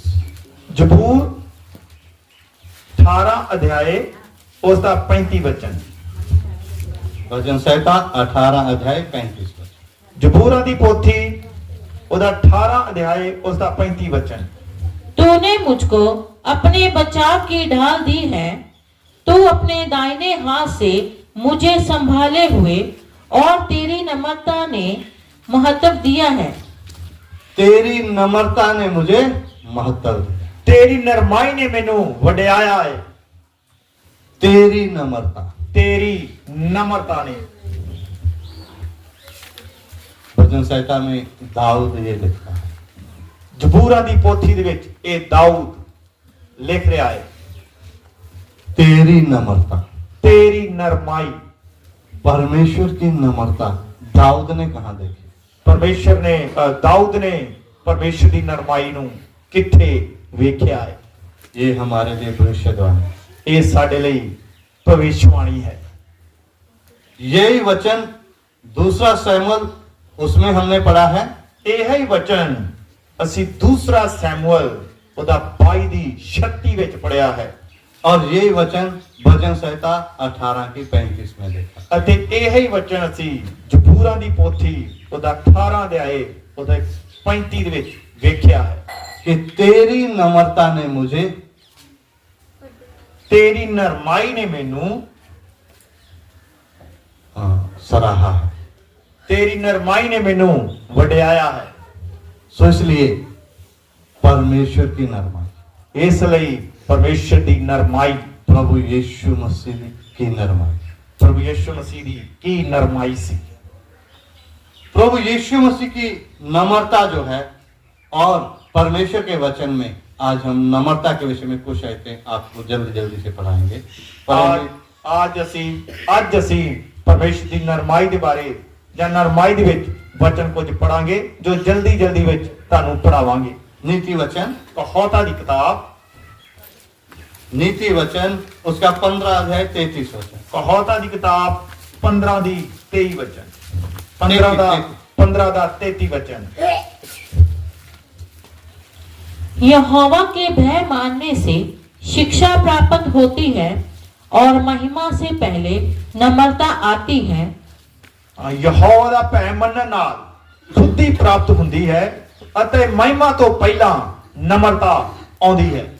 महिमा से पहले नम्रता आती है, ਮਹਿਮਾ ਤੋਂ ਪਹਿਲਾਂ ਨਮਰਤਾ ਆਉਂਦੀ ਹੈ। लेकिन हम क्या चाहते हैं? लेकिन ਅਸੀਂ ਕੀ ਚਾਹੁੰਦੇ ਆ? नम्रता आए ना आए, ਨਮਰਤਾ ਆਵੇ ਨਾ ਆਵੇ, हमें महिमा चाहिए, ਸਾਨੂੰ ਮਹਿਮਾ ਚਾਹੀਦੀ ਹੈ, प्रशंसा चाहिए, ਸਾਨੂੰ ਪ੍ਰਸ਼ੰਸਾ ਚਾਹੀਦੀ ਹੈ, लेकिन नम्रता नहीं चाहिए। ਪਰ ਸਾਨੂੰ ਨਮਰਤਾ ਨਹੀਂ ਚਾਹੀਦੀ। तो प्रशंसा पाने के लिए नम्रता नहीं, ਪ੍ਰਸ਼ੰਸਾ ਪਾਉਣ ਦੇ ਵਾਸਤੇ ਨਮਰਤਾ ਨਹੀਂ। हमारे अंदर नेचुरली या परमेश्वर की तरफ से ऐसा एक वरदान होना चाहिए कि मैं नम्र होना है। ਪਰਮੇਸ਼ਰ ਦੇ ਵੱਲੋਂ ਸਾਡੇ ਅੰਦਰ ਕੁਦਰਤੀ ਇੱਕ ਇਸ ਤਰ੍ਹਾਂ ਦਾ ਵਰਦਾਨ ਹੋਣਾ ਚਾਹੀਦਾ ਹੈ ਕਿ ਮੈਂ ਨਮਰ ਬਣਨਾ ਹੈ। नम्रता से पहले महिमा से पहले क्या आती है? ਮਹਿਮਾ ਤੋਂ ਪਹਿਲਾਂ ਨਮਰਤਾ ਆਉਂਦੀ ਹੈ ਜਾਂ ਨਰਮਾਈ ਆਉਂਦੀ ਹੈ। सो महिमा से पहले नम्रता आना है, तो हम महिमा पाने के लिए तो सबके सब तैयार हैं। ਨਮਰਤਾ ਤੋਂ ਮਹਿਮਾ ਤੋਂ ਪਹਿਲਾਂ ਨਮਰ ਹੋਣਾ ਹੈ, ਪਰ ਅਸੀਂ ਨਮਰ ਹੋਣ ਤੋਂ ਪਹਿਲਾਂ ਸਾਨੂੰ ਸਾਰਿਆਂ ਨੂੰ ਮਹਿਮਾ ਚਾਹੀਦੀ ਹੈ ਜਾਂ ਵਾਹ ਵਾਹ ਚਾਹੀਦੀ ਹੈ। वाहवाही के लिए तो हम सब कुछ कर सकते हैं, ਵਾਹ ਵਾਹ ਕੇ ਦੇ ਲਈ ਤਾਂ ਅਸੀਂ ਸਾਰਾ ਕੁਝ ਕਰ ਸਕਦੇ ਹਾਂ, लेकिन ਪਰ नम्रता हमारे बीच में नहीं आई। ਪਰ ਨਮਰਤਾ ਸਾਡੇ ਵਿੱਚ ਨਹੀਂ ਆਏਗੀ ਜਾਂ ਨਹੀਂ ਹੈ। दीन नहीं होना चाहते, ਨਮਰ ਨਹੀਂ ਹੋਣਾ ਚਾਹੁੰਦੇ, इसलिए नम्रता से पहले क्या आती है?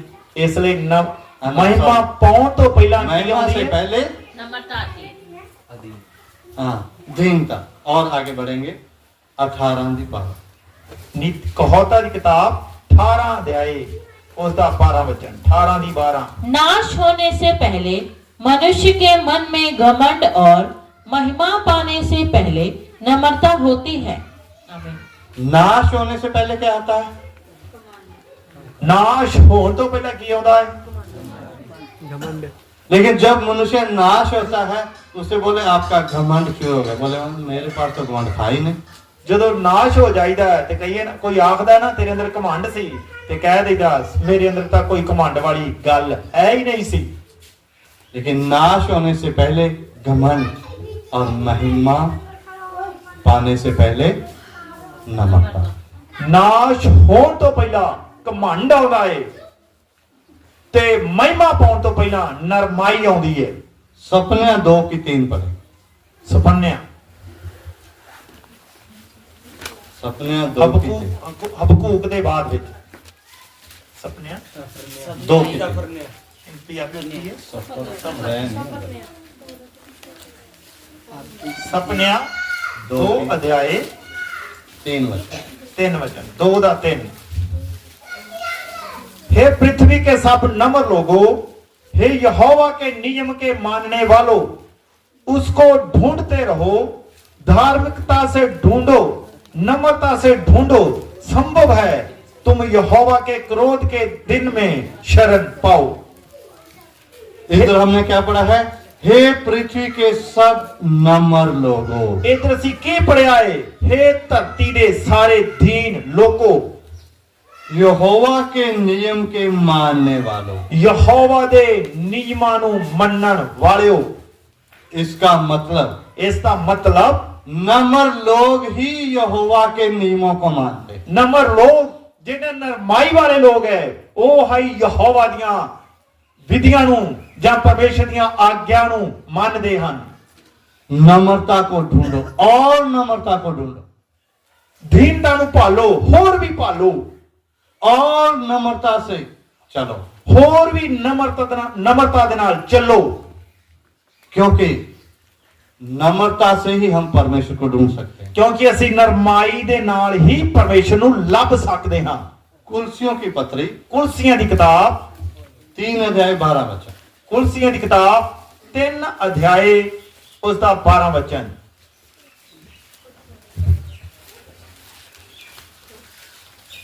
3 अध्याय 12 वचन।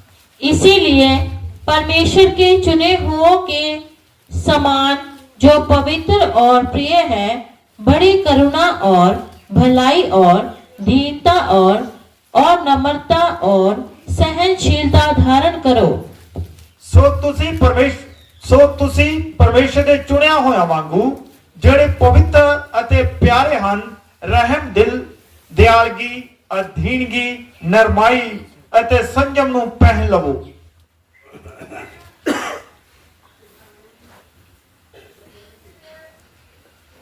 इसलिए परमेश्वर के चुने हुओं के समान जो पवित्र और प्रिय है, बड़ी करुणा और भलाई और दीनता और नम्रता और सहनशीलता धारण करो। नम्रता और सहनशीलता क्या करना? धारण करना। ਨਮਰਤਾ ਅਤੇ ਸਹਿਨਸ਼ੀਲਤਾ ਨੂੰ ਧਾਰਨ ਕਰਨਾ ਹੈ। धारण करने का मतलब पहन लेना है। ਧਾਰਨ ਕਰਨਾ ਮਤਲਬ ਹੈ ਪਾ ਲੈਣਾ ਹੈ। जैसे हम वस्त्र पहनते हैं, ਜਿਸ ਤਰ੍ਹਾਂ ਅਸੀਂ ਕੱਪੜੇ ਪਾਉਂਦੇ ਹਾਂ। नम्रता एक सुंदर गहना है। ਨਮਰਤਾ ਇੱਕ ਸੋਹਣਾ ਗਹਿਣਾ ਹੈ। इतना सुंदर आभूषण, जैसे हम देखते हैं जो सोना चांदी पहनते हैं, ਜੈਸੇ ਅਸੀਂ ਵੇਖਦੇ ਹਾਂ ਜਿਵੇਂ ਅੰਨੇ ਜਾਤੀ ਜਾਂ ਦੂਸਰੇ ਲੋਕ ਸੋਨੇ ਚਾਂਦੀ ਦੇ ਗਹਿਣੇ ਪਾਉਂਦੇ ਹਨ। और सोना चांदी पहनते समय किसी को रिंग डाल दिया, ਸੋਨਾ ਚਾਂਦੀ ਪਾਉਂਦੇ ਸਮੇਂ ਕਿਸੇ ਨੂੰ ਮੁੰਦਰੀ ਪਾ ਦਿੱਤੀ, पायल डाल दिया, ਪੰਜੇਬਾਂ ਜਾਂ ਸਕੁੰਦਰਾ ਪਾ ਦਿੱਤੀਆਂ, या एक छोटा सा नोज पिन लगा दिया। ਜਾਂ ਕੋਕਾ ਪਾ ਦਿੱਤਾ। बोलते हाँ ठीक है, सुंदर है, ਹਾਂ अच्छा। ਕਹਿ ਦਿੰਦੇ ਬਹੁਤ ਸੋਹਣਾ ਹੈ। लेकिन अगर जब उसके गले में सोने का हार डाल दिया जाता है, ਜੇਕਰ ਉਸਦੇ ਗਲੇ ਵਿੱਚ ਹਾਰ ਪਾ ਦਈਏ ਤਾਂ वाह, ਫਿਰ ਤਾਂ ਕਹਿਣਗੇ ਵਾਹ ਬਹੁਤ ये ਵਧੀਆ। है ਇਹ इसकी ਹੈ सुंदरता। ਇਹ ਹੈ ਇਸ ਦੀ ਸੁਹੱਪਣ ਦਾ ਕਾਰਨ। इतना अच्छा गहना, ਇੰਨਾ ਸੋਹਣਾ ਗਹਿਣਾ ਹੈ। छोटा सा नोज पिन वो तो 500-700 में बन जाता है। ਉਹਦਾ ਬਸ ਛੋਟਾ ਜਿਹਾ ਕੋਕਾ ਪਾਈਏ ਇਹ ਤਾਂ ਸਸਤਾ ਜਿਹਾ ਹੈ, ਸਸਤਾ ਹੀ ਬਣ ਜਾਂਦਾ ਹੈ। पायल भी कोई बड़ी बात नहीं है, ਪੰਜੇਬਾ ਵੀ ਕੋਈ ਵੱਡੀ ਗੱਲ ਨਹੀਂ ਹੈ। रिंग भी तो सस्ता सा बना लेते हैं। ਮੁੰਦਰੀ ਵੀ ਥੋੜੀ ਘੱਟ ਮਾਸਿਆਂ ਦੀ ਬਣਾ ਲਈਏ। लेकिन जो हार होता है, ਲੇਕਿਨ ਜਿਹੜਾ ਹਾਰ ਹੁੰਦਾ ਹੈ वो पहनते समय ਉਹ ਪਾਉਂਦੇ ਸਮੇਂ बनाने वाले को भी मालूम चल जाता है मैंने बनाया है। ਬਣਾਉਣ ਵਾਲੇ ਨੂੰ ਵੀ ਪਤਾ ਚੱਲ ਜਾਂਦਾ ਹੈ ਕਿ ਮੈਂ ਬਣਾਇਆ ਹੈ। उसकी जेब को भी मालूम हो जाता है, ਉਸ ਦੀ ਤਿਜੋਰੀ ਜਾਂ ਉਸਦੇ ਗੱਲੇ ਨੂੰ ਵੀ ਪਤਾ ਲੱਗ ਜਾਂਦਾ ਹੈ ਕਿ ਮੈਂ ਬਣਾਇਆ ਹੈ। और पहनने वाले को भी, ਅਤੇ ਪਾਉਣ ਵਾਲੇ ਨੂੰ ਵੀ ਪਤਾ ਲੱਗ ਜਾਂਦਾ ਹੈ। और देखने वाले प्रशंसा करते हैं। ਅਤੇ ਵੇਖਣ ਵਾਲੇ ਵੀ ਉਹਦੀ ਵਾਹ ਵਾਹ ਕਰਦੇ ਆ। आज विश्वासी के जीवन में ਅੱਜ ਵਿਸ਼ਵਾਸੀ ਦੇ ਜੀਵਨ ਵਿੱਚ बहुत धर्म के काम हैं। ਬਹੁਤ ਧਰਮ ਦੇ ਕੰਮ ਹਨ, ਵਧੀਆ ਵਧੀਆ ਕੰਮ ਹਨ। अच्छा दान देते हैं, ਅੱਛੇ ਵਧੀਆ ਤਰੀਕੇ ਨਾਲ ਦਾਨ ਵੀ ਦਿੰਦੇ ਹੋਵੋਗੇ। प्रभु के दास का आदर इज्जत करते हैं, ਪਰਮੇਸ਼ਰ ਦੇ ਦਾਸ ਦਾ ਆਦਰ ਮਾਣ ਜਾਂ ਸਨਮਾਨ ਵੀ ਕਰਦੇ ਹੋਵੋਗੇ। इतवार की सभा में आते हैं ਐਤਵਾਰ ਦੀ ਆਰਾਧਨਾ ਵਿੱਚ ਵੀ ਆਉਂਦੇ ਹੋ और शनिवार को उपवास भी लेते हैं। ਸ਼ਨੀਵਾਰ ਨੂੰ ਜਾਂ ਵਿੱਚ ਵਿੱਚ ਵਰਤ ਵੀ ਰੱਖਦੇ ਹੋਵੋਗੇ। इतवार की सभा कभी भी मिस नहीं की। ਐਤਵਾਰ ਦੀ ਆਰਾਧਨਾ ਕਦੇ ਵੀ ਮਿਸ ਜਾਂ ਖਾਲੀ ਨਹੀਂ ਛੱਡੀ। जो घर में प्रार्थना करवानी उसमें भी कभी कमी नहीं छोड़ी। ਘਰ ਘਰ ਵਿੱਚ ਆਰਾਧਨਾ ਕਰਾਉਣ ਵਾਸਤੇ ਵੀ ਕਮੀ ਘਾਟ ਨਹੀਂ ਛੱਡੀ। लेकिन ये सब कुछ ठीक है ਇਹ सारा कुछ ठीक है अगर हमारे अंदर नम्रता नहीं। जेकर साडे अंदर नरमाई नहीं है ਤਾਂ ये सब दिखने वाली वस्तुएं हैं। ਇਹ ਸਾਰਾ ਕੁਝ ਦਿਖਾਉਣ ਵਾਸਤੇ ਹੈ, ਦਿਖਾਵਟੀ ਹੈ। लेकिन नम्रता हमारे लिए इतना सुंदर गहना है ਨਰਮਾਈ ਸਾਡੇ ਲਈ ਇੰਨਾ ਸੋਹਣਾ ਵਧੀਆ ਗਹਿਣਾ ਹੈ जो परमेश्वर को भाता है। ਜੋ ਪਰਮੇਸ਼ਰ ਨੂੰ ਭਾਉਂਦਾ ਹੈ। हो सकता है मनुष्य को नहीं भाएगा, ਹੋ ਸਕਦਾ ਹੈ ਕਿ ਮਨੁੱਖ ਨੂੰ ਪਸੰਦ ਨਾ ਆਵੇ, लेकिन परमेश्वर को भाने वाला गहना यही है। ਲੇਕਿਨ ਪਰਮੇਸ਼ਰ ਨੂੰ ਭਾਉਣ ਵਾਲਾ ਗਹਿਣਾ ਇਹ ਹੀ ਹੈ, ਨਰਮਾਈ। और इस गहने को आज सबने पहन कर जाना। ਇਸ ਗਹਿਣੇ ਨੂੰ, ਨਰਮਾਈ ਵਾਲੇ ਗਹਿਣੇ ਨੂੰ ਸਾਰਿਆਂ ਨੇ ਪਾ ਕੇ ਜਾਣਾ ਹੈ, क्योंकि परमेश्वर यही चाहता है। ਕਿਉਂਕਿ ਪਰਮੇਸ਼ਰ ਇਹ ਹੀ ਚਾਹੁੰਦਾ ਹੈ। प्रभु के दास ने जब मुझे फोन किया आप आना है, ਜਦੋਂ ਮੈਨੂੰ ਪਰਮੇਸ਼ਰ ਦੇ ਦਾਸ ਨੇ ਇਧਰ ਆਉਣ ਦੇ ਵਾਸਤੇ ਫੋਨ ਕੀਤਾ ਸੀ तो मैं प्रार्थना कर रहा था, प्रभु 3 दिन की सभा है, उधर तो बहुत बड़े बड़े प्रचार करते हैं, मैं तो एक छोटा सा प्रचारक हूँ, वो भी राजस्थान में। मेरा तो पायनियर वर्क है और उधर 2-4 लोगों को बिठाकर वचन सिखाने वाला हूँ। तो इतनी सभा में जाकर प्रचार करना कैसे करूँ? ਹਾਂ ਮੈਂ ਜਦੋਂ ਆਪਣੇ ਘਰ ਰਾਜਸਥਾਨ ਦੇ ਵਿੱਚ ਬੈਠ ਕੇ ਪ੍ਰਾਰਥਨਾ ਕਰ ਰਿਹਾ ਸੀ, ਪਰਮੇਸ਼ਰ ਨੂੰ ਪ੍ਰਾਰਥਨਾ ਦੇ ਵਿੱਚ ਇਹ ਹੀ ਬੋਲ ਰਿਹਾ ਸੀ, ਪ੍ਰਭੂ ਮੈਂ ਉਧਰ ਜਾਣਾ ਹੈ, ਤੇਰੇ ਸੇਵਕ ਨੇ ਮੈਨੂੰ ਬੁਲਾਇਆ ਹੈ, ਮੈਂ ਇੱਕ ਤਰ੍ਹਾਂ ਛੋਟਾ ਜਿਹਾ ਦਾਸ ਹਾਂ, ਪਹਿਲੀ ਵਾਰ ਜਾਣਾ ਹੈ ਉਧਰ, ਮੈਂ ਤੇਰੇ ਵਚਨ ਦੇ ਬਾਰੇ ਕੀ ਦੱਸਾਂ। तो मैं बाइबल खोलकर कुछ विषयों के ऊपर ध्यान देना शुरू किया। ਮੈਂ ਬਾਈਬਲ ਪਰਮੇਸ਼ਰ ਦੇ ਵਚਨ ਨੂੰ ਖੋਲ ਕੇ ਕੁਝ ਵਿਸ਼ਿਆਂ ਤੇ ਧਿਆਨ ਦੇਣਾ ਸ਼ੁਰੂ ਕੀਤਾ। कुछ ऐसे गहरे गहरे विषय मेरे सामने, मतलब ये सिखाने से बहुत अच्छा लगेगा, ये सिखाने से बहुत अच्छा लगेगा। ਮੇਰੇ ਸਾਹਮਣੇ ਜਦੋਂ ਵਿਸ਼ੇ ਆਏ ਤਾਂ ਮੈਂ ਸੋਚਿਆ ਆ ਗਹਿਰਾ ਵਿਚਾਰ ਸਿਖਾਉਣ ਦੇ ਲਈ, ਇਹ ਗਹਿਰਾ ਵਿਚਾਰ ਸਿਖਾਉਣ ਦੇ ਵਾਸਤੇ ਬਹੁਤ ਵਧੀਆ ਹੋਵੇਗਾ। लेकिन लास्ट में प्रभु ने मेरे मन में एक बात डाली। ਲੇਕਿन ਲਾਸਟ ਦੇ ਵਿੱਚ, ਆਖਰ ਦੇ ਵਿੱਚ ਪਰਮੇਸ਼ਰ ਨੇ ਮੇਰੇ ਮਨ ਦੇ ਵਿੱਚ ਇੱਕ ਗੱਲ ਪਾਈ। हे मूसे, वह तुझे बता चुका है हे अच्छा मनुष्य, क्या है, ਉਹ ਤੈਨੂੰ ਦੱਸ ਚੁੱਕਿਆ ਹੈ ਕਿ ਵਧੀਆ ਕੀ ਹੈ, और यहोवा इससे छोड़ और तुझसे क्या चाहता है। ਪਰਮੇਸ਼ਰ ਇਸ ਨੂੰ ਤੋਂ ਛੱਡ ਕੇ ਹੋਰ ਕੀ ਚਾਹੁੰਦਾ ਹੈ। कि तू धर्म से न्याय करे ਤੂੰ ਧਰਮ ਦੇ ਨਾਲ ਨਿਆਂ ਕਰੇ और कृपा से प्रीति रखे ਅਤੇ ਕਿਰਪਾ ਜਾਂ ਦਇਆ ਦੇ ਨਾਲ ਪ੍ਰੇਮ ਰੱਖੇ और नम्रता के साथ मेरे साथ चले। ਅਤੇ ਨਰਮਾਈ ਦੇ ਨਾਲ ਮੇਰੇ ਨਾਲ ਚੱਲੇ। ये सिखाना हो। ਇਹ ਸਿਖਾਣਾ ਹੋਗਾ। तो मैंने प्रार्थना की, ठीक है प्रभु। ਮੈਂ ਪ੍ਰਾਰਥਨਾ ਕੀਤੀ, ਠੀਕ ਹੈ ਪ੍ਰਭु। मैं तो ये प्रचार एक ही दिन अपनी उधर कलीसिया में किया, थोड़े समय में समाप्त कर। ਮੈਂ ਉਧਰ ਜੋ ਪ੍ਰਭੂ ਨੇ ਮੇਰੇ ਹੱਥ ਵਿੱਚ ਵਿਸ਼ਵਾਸੀ ਦਿੱਤੇ ਹੈ, ਥੋੜਾ ਸਮਾਂ ਇਹ ਪਰਮੇਸ਼ਰ ਦਾ ਵਚਨ ਉਹਨਾਂ ਦੇ ਸਾਹਮਣੇ ਰੱਖਿਆ, ਬਸ ਪੂਰਾ ਵਿਸ਼ਾ ਸਮਾਪਤ ਕਰ ਦਿੱਤਾ। लेकिन इधर आते समय प्रभु ने मुझे और भी कुछ बोला, ये भी सिखाना है, ये भी सिखाना है। लेकिन सिखाना किसके विषय में है? नम्रता के विषय। ਲੇਕਿਨ ਇਧਰ ਆਉਣ ਦੇ ਸਮੇਂ ਪਰਮੇਸ਼ਰ ਨੇ ਮੇਰੇ ਮਨ ਵਿੱਚ ਇੱਕ ਹੀ ਗੱਲ ਪਾਈ, ਇਧਰ ਸਿਖਾਉਣਾ ਹੈ। ਬਸ ਸਿਖਾਉਣਾ ਕੀ ਹੈ? ਸਿਰਫ ਨਰਮਾਈ ਦੇ ਬਾਰੇ ਵਿੱਚ। पढ़ेंगे 2 तिमोथियस, ਇਸ ਲਈ ਪੜਾਂਗੇ 2 ਤਿਮੋਥੀਅਸ 2:25। 2:25। 2 ਤਿਮੋਥੀਅਸ 2:25।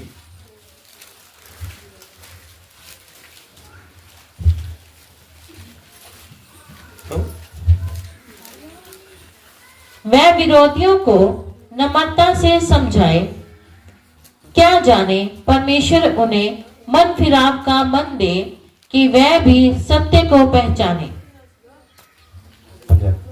ਪੜੋ ਬੇਟਾ।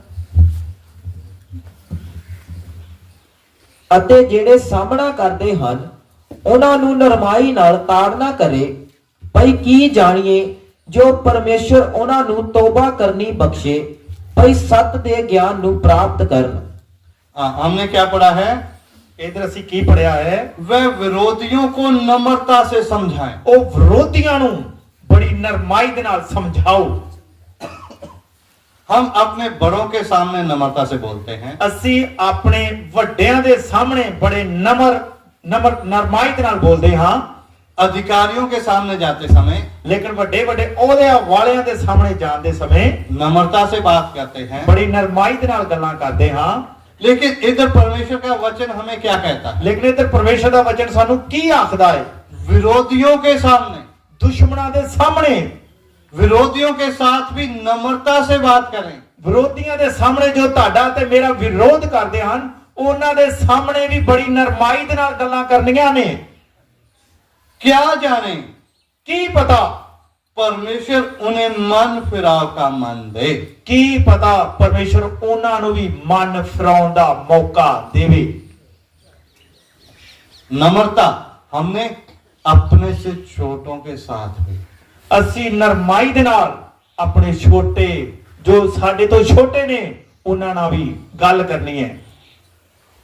छोटे बच्चों के साथ नम्रता से प्यार से बात करेंगे तो उनका भी मन आएगा हमसे बात करने के।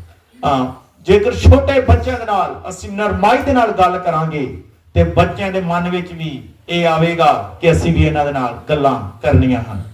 ज्यादातर कैसा होता है, ਜ਼ਿਆਦਾਤਰ ਕੀ ਹੁੰਦਾ ਹੈ, जब बड़े लोग आते हैं, पिताजी आते हैं, दादाजी आते हैं, तो सब बच्चे डर कर बाहर जाते हैं। ਹਾਂ ਪਰ ਸਾਡੇ ਪਿੰਡ ਵਿੱਚ ਜਾਂ ਇਧਰ ਉਧਰ ਕੀ ਵੇਖਦੇ ਆ, ਜਦੋਂ ਦਾਦੇ ਨੂੰ, ਨਾਨੇ ਨੂੰ, ਵੱਡੇ ਬਜ਼ੁਰਗਾਂ ਨੂੰ ਵੇਖਿਆ ਤੇ ਬੱਚੇ ਡਰ ਕੇ ਭੱਜ ਜਾਂਦੇ ਹਨ।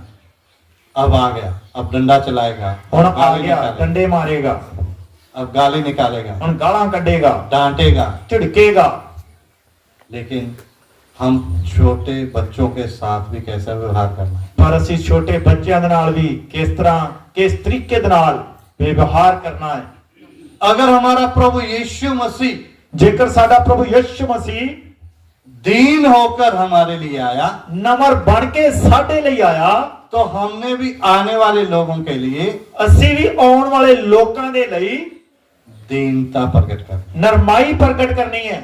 हम उनके सामने दिखाना है, ਅਸੀਂ ਉਹਨਾਂ ਦੇ ਸਾਹਮਣੇ ਇਹ ਵਿਖਾਉਣਾ ਹੈ, मैंने किसी से सीखा है, ਮੈਨੇ ਕਿਸੇ ਤੋਂ ਸਿੱਖਿਆ ਹੈ।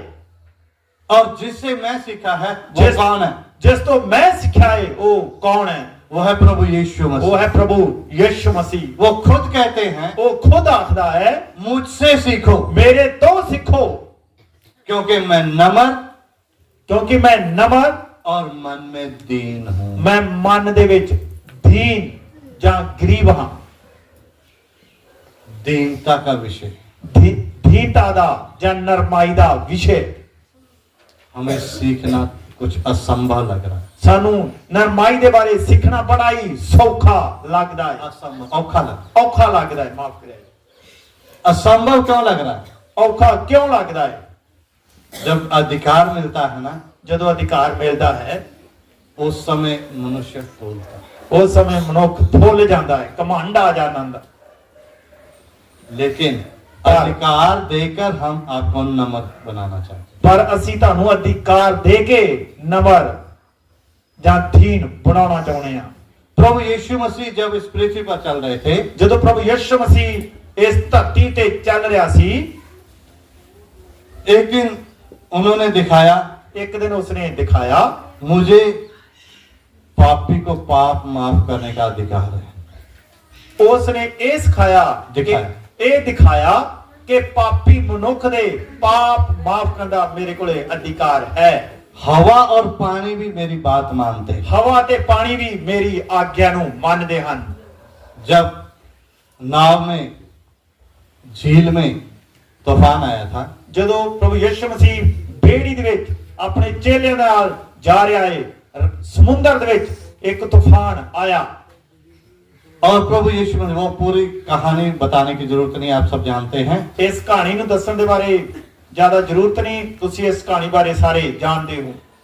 प्रभु यीशु मसीह ने हवा और पानी को डांटा, ਪ੍ਰਭੂ ਯਿਸੂ ਮਸੀਹ ਨੇ ਹਵਾ ਤੇ ਪਾਣੀ ਨੂੰ ਝਿੜਕਿਆ, एकदम शांत हो गए। ਇੱਕਦਮ ਠੰਡੇ ਪੈ ਗਏ ਜਾਂ ਸ਼ਾਂਤ ਹੋ ਗਿਆ। प्रभु के चेले क्या कहने लगे? ਪ੍ਰਭੂ ਯਿਸੂ ਮਸੀਹ ਦੇ ਚੇਲੇ ਕੀ ਕਹਿ ਰਹੇ ਹੈ? जो प्रभु के साथ रहते थे, ਜੋ ਪ੍ਰਭੂ ਯਿਸੂ ਮਸੀਹ ਦੇ ਨਾਲ ਨਾਲ ਰਹਿ ਰਹੇ ਨੇ, ये कौन है? ਇਹ ਕੌਣ ਹੈ? हवा और पानी भी इसकी बात मानते हैं। ਹਵਾ ਤੇ ਪਾਣੀ ਵੀ ਇਸ ਦੇ ਆਖੇ ਲੱਗਦੇ ਨੇ। इसका मतलब प्रभु यीशु मसीह के पास कितना अधिकार है। ਇਸ ਦਾ ਮਤਲਬ ਪ੍ਰਭੂ ਯਿਸੂ ਮਸੀਹ ਦੇ ਕੋਲੇ ਕਿੰਨਾ ਅਧਿਕਾਰ ਹੈ। उन्होंने सोचा शायद ये भूत निकालता है, ਸ਼ਾਇਦ ਉਹਨਾਂ ਨੇ ਸੋਚਿਆ ਸ਼ਾਇਦ ਇਹ ਭੂਤਾਂ ਹੀ ਕੱਢਦਾ ਹੈ, शायद ये बीमारों को ठीक करता है। ਸ਼ਾਇਦ ਇਹ ਬਿਮਾਰਾਂ ਨੂੰ ਠੀਕ ਕਰਦਾ ਹੋਵੇਗਾ। लेकिन आज हमने देखा, ਲੇਕਿਨ ਅੱਜ ਅਸੀਂ ਵੇਖਿਆ तूफान को डांटा, ਤੂਫਾਨ ਨੂੰ ਝਿੜਕਿਆ, लहरों को शांत किया। ਛੱਲਾਂ ਨੂੰ ਠੰਡਾ ਕੀਤਾ। ये कौन है? ਇਹ ਕੌਣ ਹੈ? कौन कह रहे हैं? ਇਹ ਕੌਣ ਆਖਦੇ ਪਏ ਹੈ? प्रभु के चेले जो साथ रहते हैं। ਇਹ ਕੌਣ ਆਖਦੇ ਹੈ? ਜੋ ਪ੍ਰਭੂ ਯਿਸੂ ਮਸੀਹ ਦੇ ਸਾਥ ਸਾਥ ਰਹਿ ਰਹੇ ਨੇ। इतना अधिकार वाला व्यक्ति, ਇੰਨਾ ਅਧਿਕਾਰ ਪਾਇਆ ਹੋਇਆ ਵਿਅਕਤੀ इतना नम्र भी है। ਇੰਨਾ ਨਰਮਾਈ ਦੇ ਨਾਲ, ਨਮਰ ਜਾਂ ਨਰਮਾਈ ਦੇ ਨਾਲ ਚੱਲਦਾ ਵੀ ਪਿਆ ਹੈ। ये दोनों बातें हैं। ਇਹ ਇਸ ਦੇ ਵਿੱਚ ਦੋਵੇਂ ਗੱਲਾਂ ਹਨ। आज विश्वासी को भी प्रभु ने अधिकार दिया। ਅੱਜ ਵਿਸ਼ਵਾਸੀ ਨੂੰ ਵੀ प्रभु यीशु मसीह ने अधिकार दिता है। आज अपने सेवकों को प्रभु ने अधिकार दिया। अपने प्रभु यीशु मसीह ने अपने दासां ਨੂੰ ਵੀ अधिकार दिता है। अधिकार रहते हुए अधिकार रखते होए नम्र होना है। नम्र बनना है। इसे कहते हैं नम्रता। इस ਨੂੰ ਆਖਦੇ ਨੇ ਨਰਮਾਈ। अगर मैं उधर रास्ते में जा रहा हूं, ਜੇਕਰ ਮੈਂ ਰਾਸਤੇ ਦੇ ਵਿੱਚ ਜਾ ਰਿਹਾ ਹਾਂ, 10 बदमाशों ने मुझे घेर लिया, 10 ਬਦਮਾਸ਼ਾਂ ਨੇ ਮੈਨੂੰ ਘੇਰ ਲਿਆ, तो मैं तो नम्र हो जाऊंगा। ਮੈਂ ਤਾਂ ਉਸੇ ਸਮੇਂ ਬੜੀ ਦੀਨਤਾ ਜਾਂ ਨਮਰ ਬਣ ਜਾਵਾਂਗਾ। अगर मेरे साथ पास्टर बलजीत जैसे 10 लोग मेरे साथ हैं ਜੇਕਰ ਮੇਰੇ ਕੋਲ ਵੀ ਵੱਡੇ ਵੱਡੇ ਬਾਉਂਸਰ 10 ਜਾਂ 15 ਹਨ, और ये भाई जैसा कोई आकर मुझे कुछ कहे, ਇੱਕ ਸੁਕੜਾ ਜਾਂ ਪਤਲਾ ਜਿਹਾ ਆਦਮੀ ਮੈਨੂੰ ਕੋਈ ਆਖੇ, कुछ मेरे सामने बोलने की हिम्मत करे, ਜੇਕਰ ਕੁਝ ਬੋਲਣ ਲਈ ਮੇਰੇ ਸਾਹਮਣੇ ਆਕੜੇ, ਹਿੰਮਤ ਰੱਖੇ, तो मैं तो पकड़ लूंगा। ਮੈਂ ਤਾਂ ਉਹਦਾ ਗਲਾ ਫਾੜ ਦੂੰਗਾ। तो है कौन? ਤੂੰ ਹੈ ਕੌਣ ਹੈ? क्यों? ਕਿਉਂ? मेरे साथ है। ਕੋਈ ਕਿਉਂ? ਕਿਉਂਕਿ ਮੇਰੇ ਨਾਲ ਕੋਈ ਹੈ। अगर मेरे साथ ये सब कुछ होते हुए भी ਜੇਕਰ ਮੇਰੇ ਕੋਲ ਸਾਰਾ ਕੁਝ ਹੁੰਦੇ ਹੋਏ ਵੀ इस भाई से नम्रता से बात करूं, ਜੇਕਰ ਇਸ ਭਰਾ ਦੇ ਨਾਲ ਮੈਂ ਬੜੀ ਨਰਮਾਈ ਦੇ ਨਾਲ ਗੱਲਾਂ ਕਰਾਂ ਤਾਂ भाई मेरे साथ कठोरता से बात करे ਚਾਹੇ ਭਰਾ ਮੇਰੇ ਨਾਲ ਬੜੇ ਗੁੱਸੇ ਦੇ ਨਾਲ ਗੱਲ ਕਰੇ और मैं नम्रता से बात करूं, ਮੈਂ ਬੜੀ ਦੀਨਤਾ ਦੇ ਨਾਲ ਬੜੇ ਠੰਡੇ ਸੁਭਾਅ ਨਾਲ ਗੱਲ ਕਰਾਂ, उसे कहते हैं नम्रता। ਉਸ ਨੂੰ ਕਹਿੰਦੇ ਨਰਮਾਈ ਜਾਂ ਨਮਰਤਾ। इतने लोगों ने मुझे अकेले घेर लिया, उस जगह चाहे मैं कितना भी कठोर हूं, उधर तो मुझे नम्र होना ही। ਮੈਂ ਜਿੰਨਾ ਮਰਜੀ ਕਠੋਰ ਹਾਂ, ਮਜ਼ਬੂਤ ਹਾਂ, ਲੇਕਿਨ 10-15 ਜਦੋਂ ਲੋਕ ਵੇਖੇ ਮੈਂ ਆਪਣੇ ਆਪ ਹੀ ਉਸ ਸਮੇਂ ਨਰਮਾਈ ਪੇਸ਼ ਕਰਾਂਗਾ। इसलिए हमने नम्र किधर होना है? ਇਸ ਲਈ ਅਸੀਂ ਨਮਰ ਕਿੱਧਰ ਹੋਣਾ ਹੈ? सबके साथ, ਸਾਰਿਆਂ ਦੇ ਸਾਹਮਣੇ।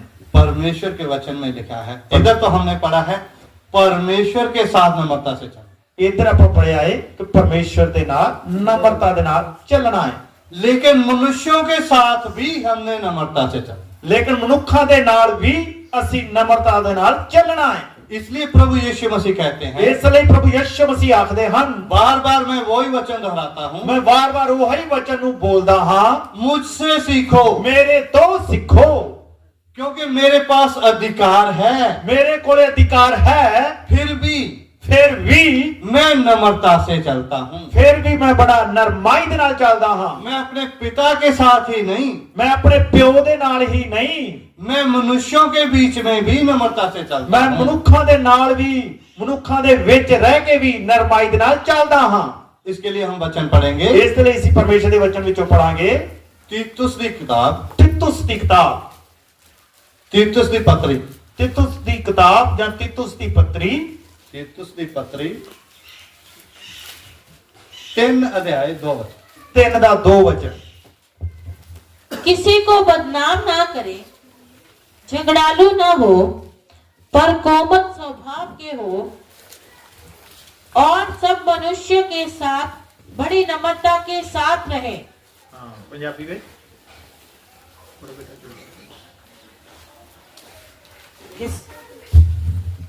ਕਿਸੇ ਦੀ ਬਦਨਾਮੀ ਨਾ ਕਰਨ, ਝਗੜਾਲੂ ਨਹੀਂ ਸਗੋਂ ਸ਼ੀਲ ਸੁਭਾਅ ਹੋਣ ਅਤੇ ਸਭੇ ਮਨੁੱਖਾਂ ਨਾਲ ਪੂਰੀ ਨਰਮਾਈ ਰੱਖਣ।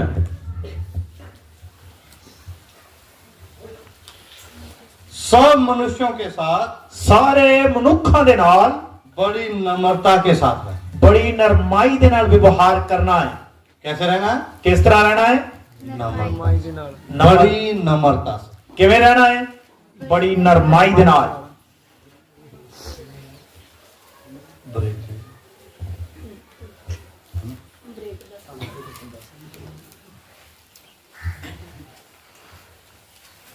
हमने एक घंटा और बैठना है, इसलिए इस विषय को इधर ही क्लोज करेंगे। ਅਸੀਂ 1 ਘੰਟਾ ਹੋਰ ਬੈਠਣਾ ਹੈ, ਇਸ ਕਰਕੇ ਇਸ ਵਿਸ਼ੇ ਨੂੰ ਇੱਧਰ ਹੀ ਬੰਦ ਕਰਾਂਗੇ। इसके आगे का विषय आगे आने वाला है। ਇਸ ਤੇ ਜੋ ਆਪਾਂ ਬਾਅਦ ਵਿੱਚ ਸਿੱਖਣਾ ਹੈ ਉਹ ਵਿਸ਼ਾ ਆਉਣ ਵਾਲਾ ਹੈ। एक वचन पढ़कर प्रार्थना करेंगे। ਇੱਕ ਵਚਨ ਪੜ੍ਹ ਕੇ ਅਸੀਂ ਬੰਦ ਕਰਾਂਗੇ। याकूब की पत्री ਯਾਕੂਬ ਦੀ ਪੁਸਤਕ 1 अध्याय उसका 21 वचन। 1 ਦਾ 21, ਯਾਕੂਬ ਦੀ ਕਿਤਾਬ 1 ਅਧਿਆਇ ਉਹਦਾ 21 ਵਚਨ। ਇਸ ਲਈ ਸਾਰੀ ਮਲੀਨਤਾ और भय भाव की बढ़ती को दूर करके उस वचन को नम्रता से ग्रहण कर लो जो हृदय में बोया गया और जो तुम्हारे प्राणों का उद्धार कर सकता है।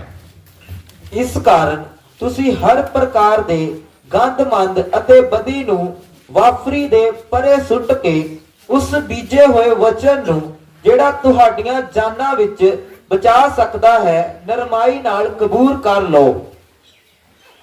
उस वचन को नम्रता से ग्रहण कर लो उस वचन ਨੂੰ ਨਰਮਾਈ ਦੇ ਨਾਲ ਗ੍ਰਹਿਣ ਕਰ ਲਵੋ जो हृदय में बोया गया है, ਜੋ ਤੁਹਾਡੇ ਹਿਰਦੇ ਵਿੱਚ ਬੀਜਿਆ ਗਿਆ ਹੈ, जो तुम्हारे प्राणों का उद्धार कर सकता है। ਜੋ ਤੁਹਾਡੀਆਂ ਜਾਨਾਂ ਨੂੰ ਬਚਾ ਸਕਦਾ ਹੈ। उस आज के वचन को ਅਸੀਂ ਅੱਜ ਦੇ ਵਚਨ ਨੂੰ कैसे ग्रहण करना है? ਕਿਸ ਤਰੀਕੇ ਨਾਲ ਗ੍ਰਹਿਣ ਕਰਨਾ ਹੈ? नम्रता से। ਬੜੀ ਨਮਰਤਾ ਦੇ ਨਾਲ, ਧੀਰਤਾ ਦੇ ਨਾਲ, नम्रता से ग्रहण ਨਮਰਤਾ ਦੇ ਨਾਲ ਗ੍ਰਹਿਣ करना। ਨਮਰਤਾ ਦੇ ਨਾਲ ਕਬੂਲ ਕਰਨਾ ਹੈ। सो आज के वचन को नम्रता से ग्रहण करते हैं। ਅੱਜ ਦੇ ਵਚਨ ਨੂੰ ਨਮਰਤਾ ਦੇ ਨਾਲ ਕਬੂਲ ਕਰਨਾ ਹੈ। अपने आप को प्रभु के हाथ में अर्पण करें। ਆਪਣੇ ਆਪ ਨੂੰ ਪਰਮੇਸ਼ਰ ਦੇ ਹੱਥਾਂ ਵਿੱਚ ਸੌਂਪ ਦਈਏ। अपनी आंखें बंद करें। ਆਓ ਆਪਣੀਆਂ ਅੱਖਾਂ ਨੂੰ ਬੰਦ ਕਰੀਏ। आज के सुने हुए वचन के ऊपर ਅੱਜ ਦੇ ਸੁਣੇ ਹੋਏ ਵਚਨ ਦਿੱਤੇ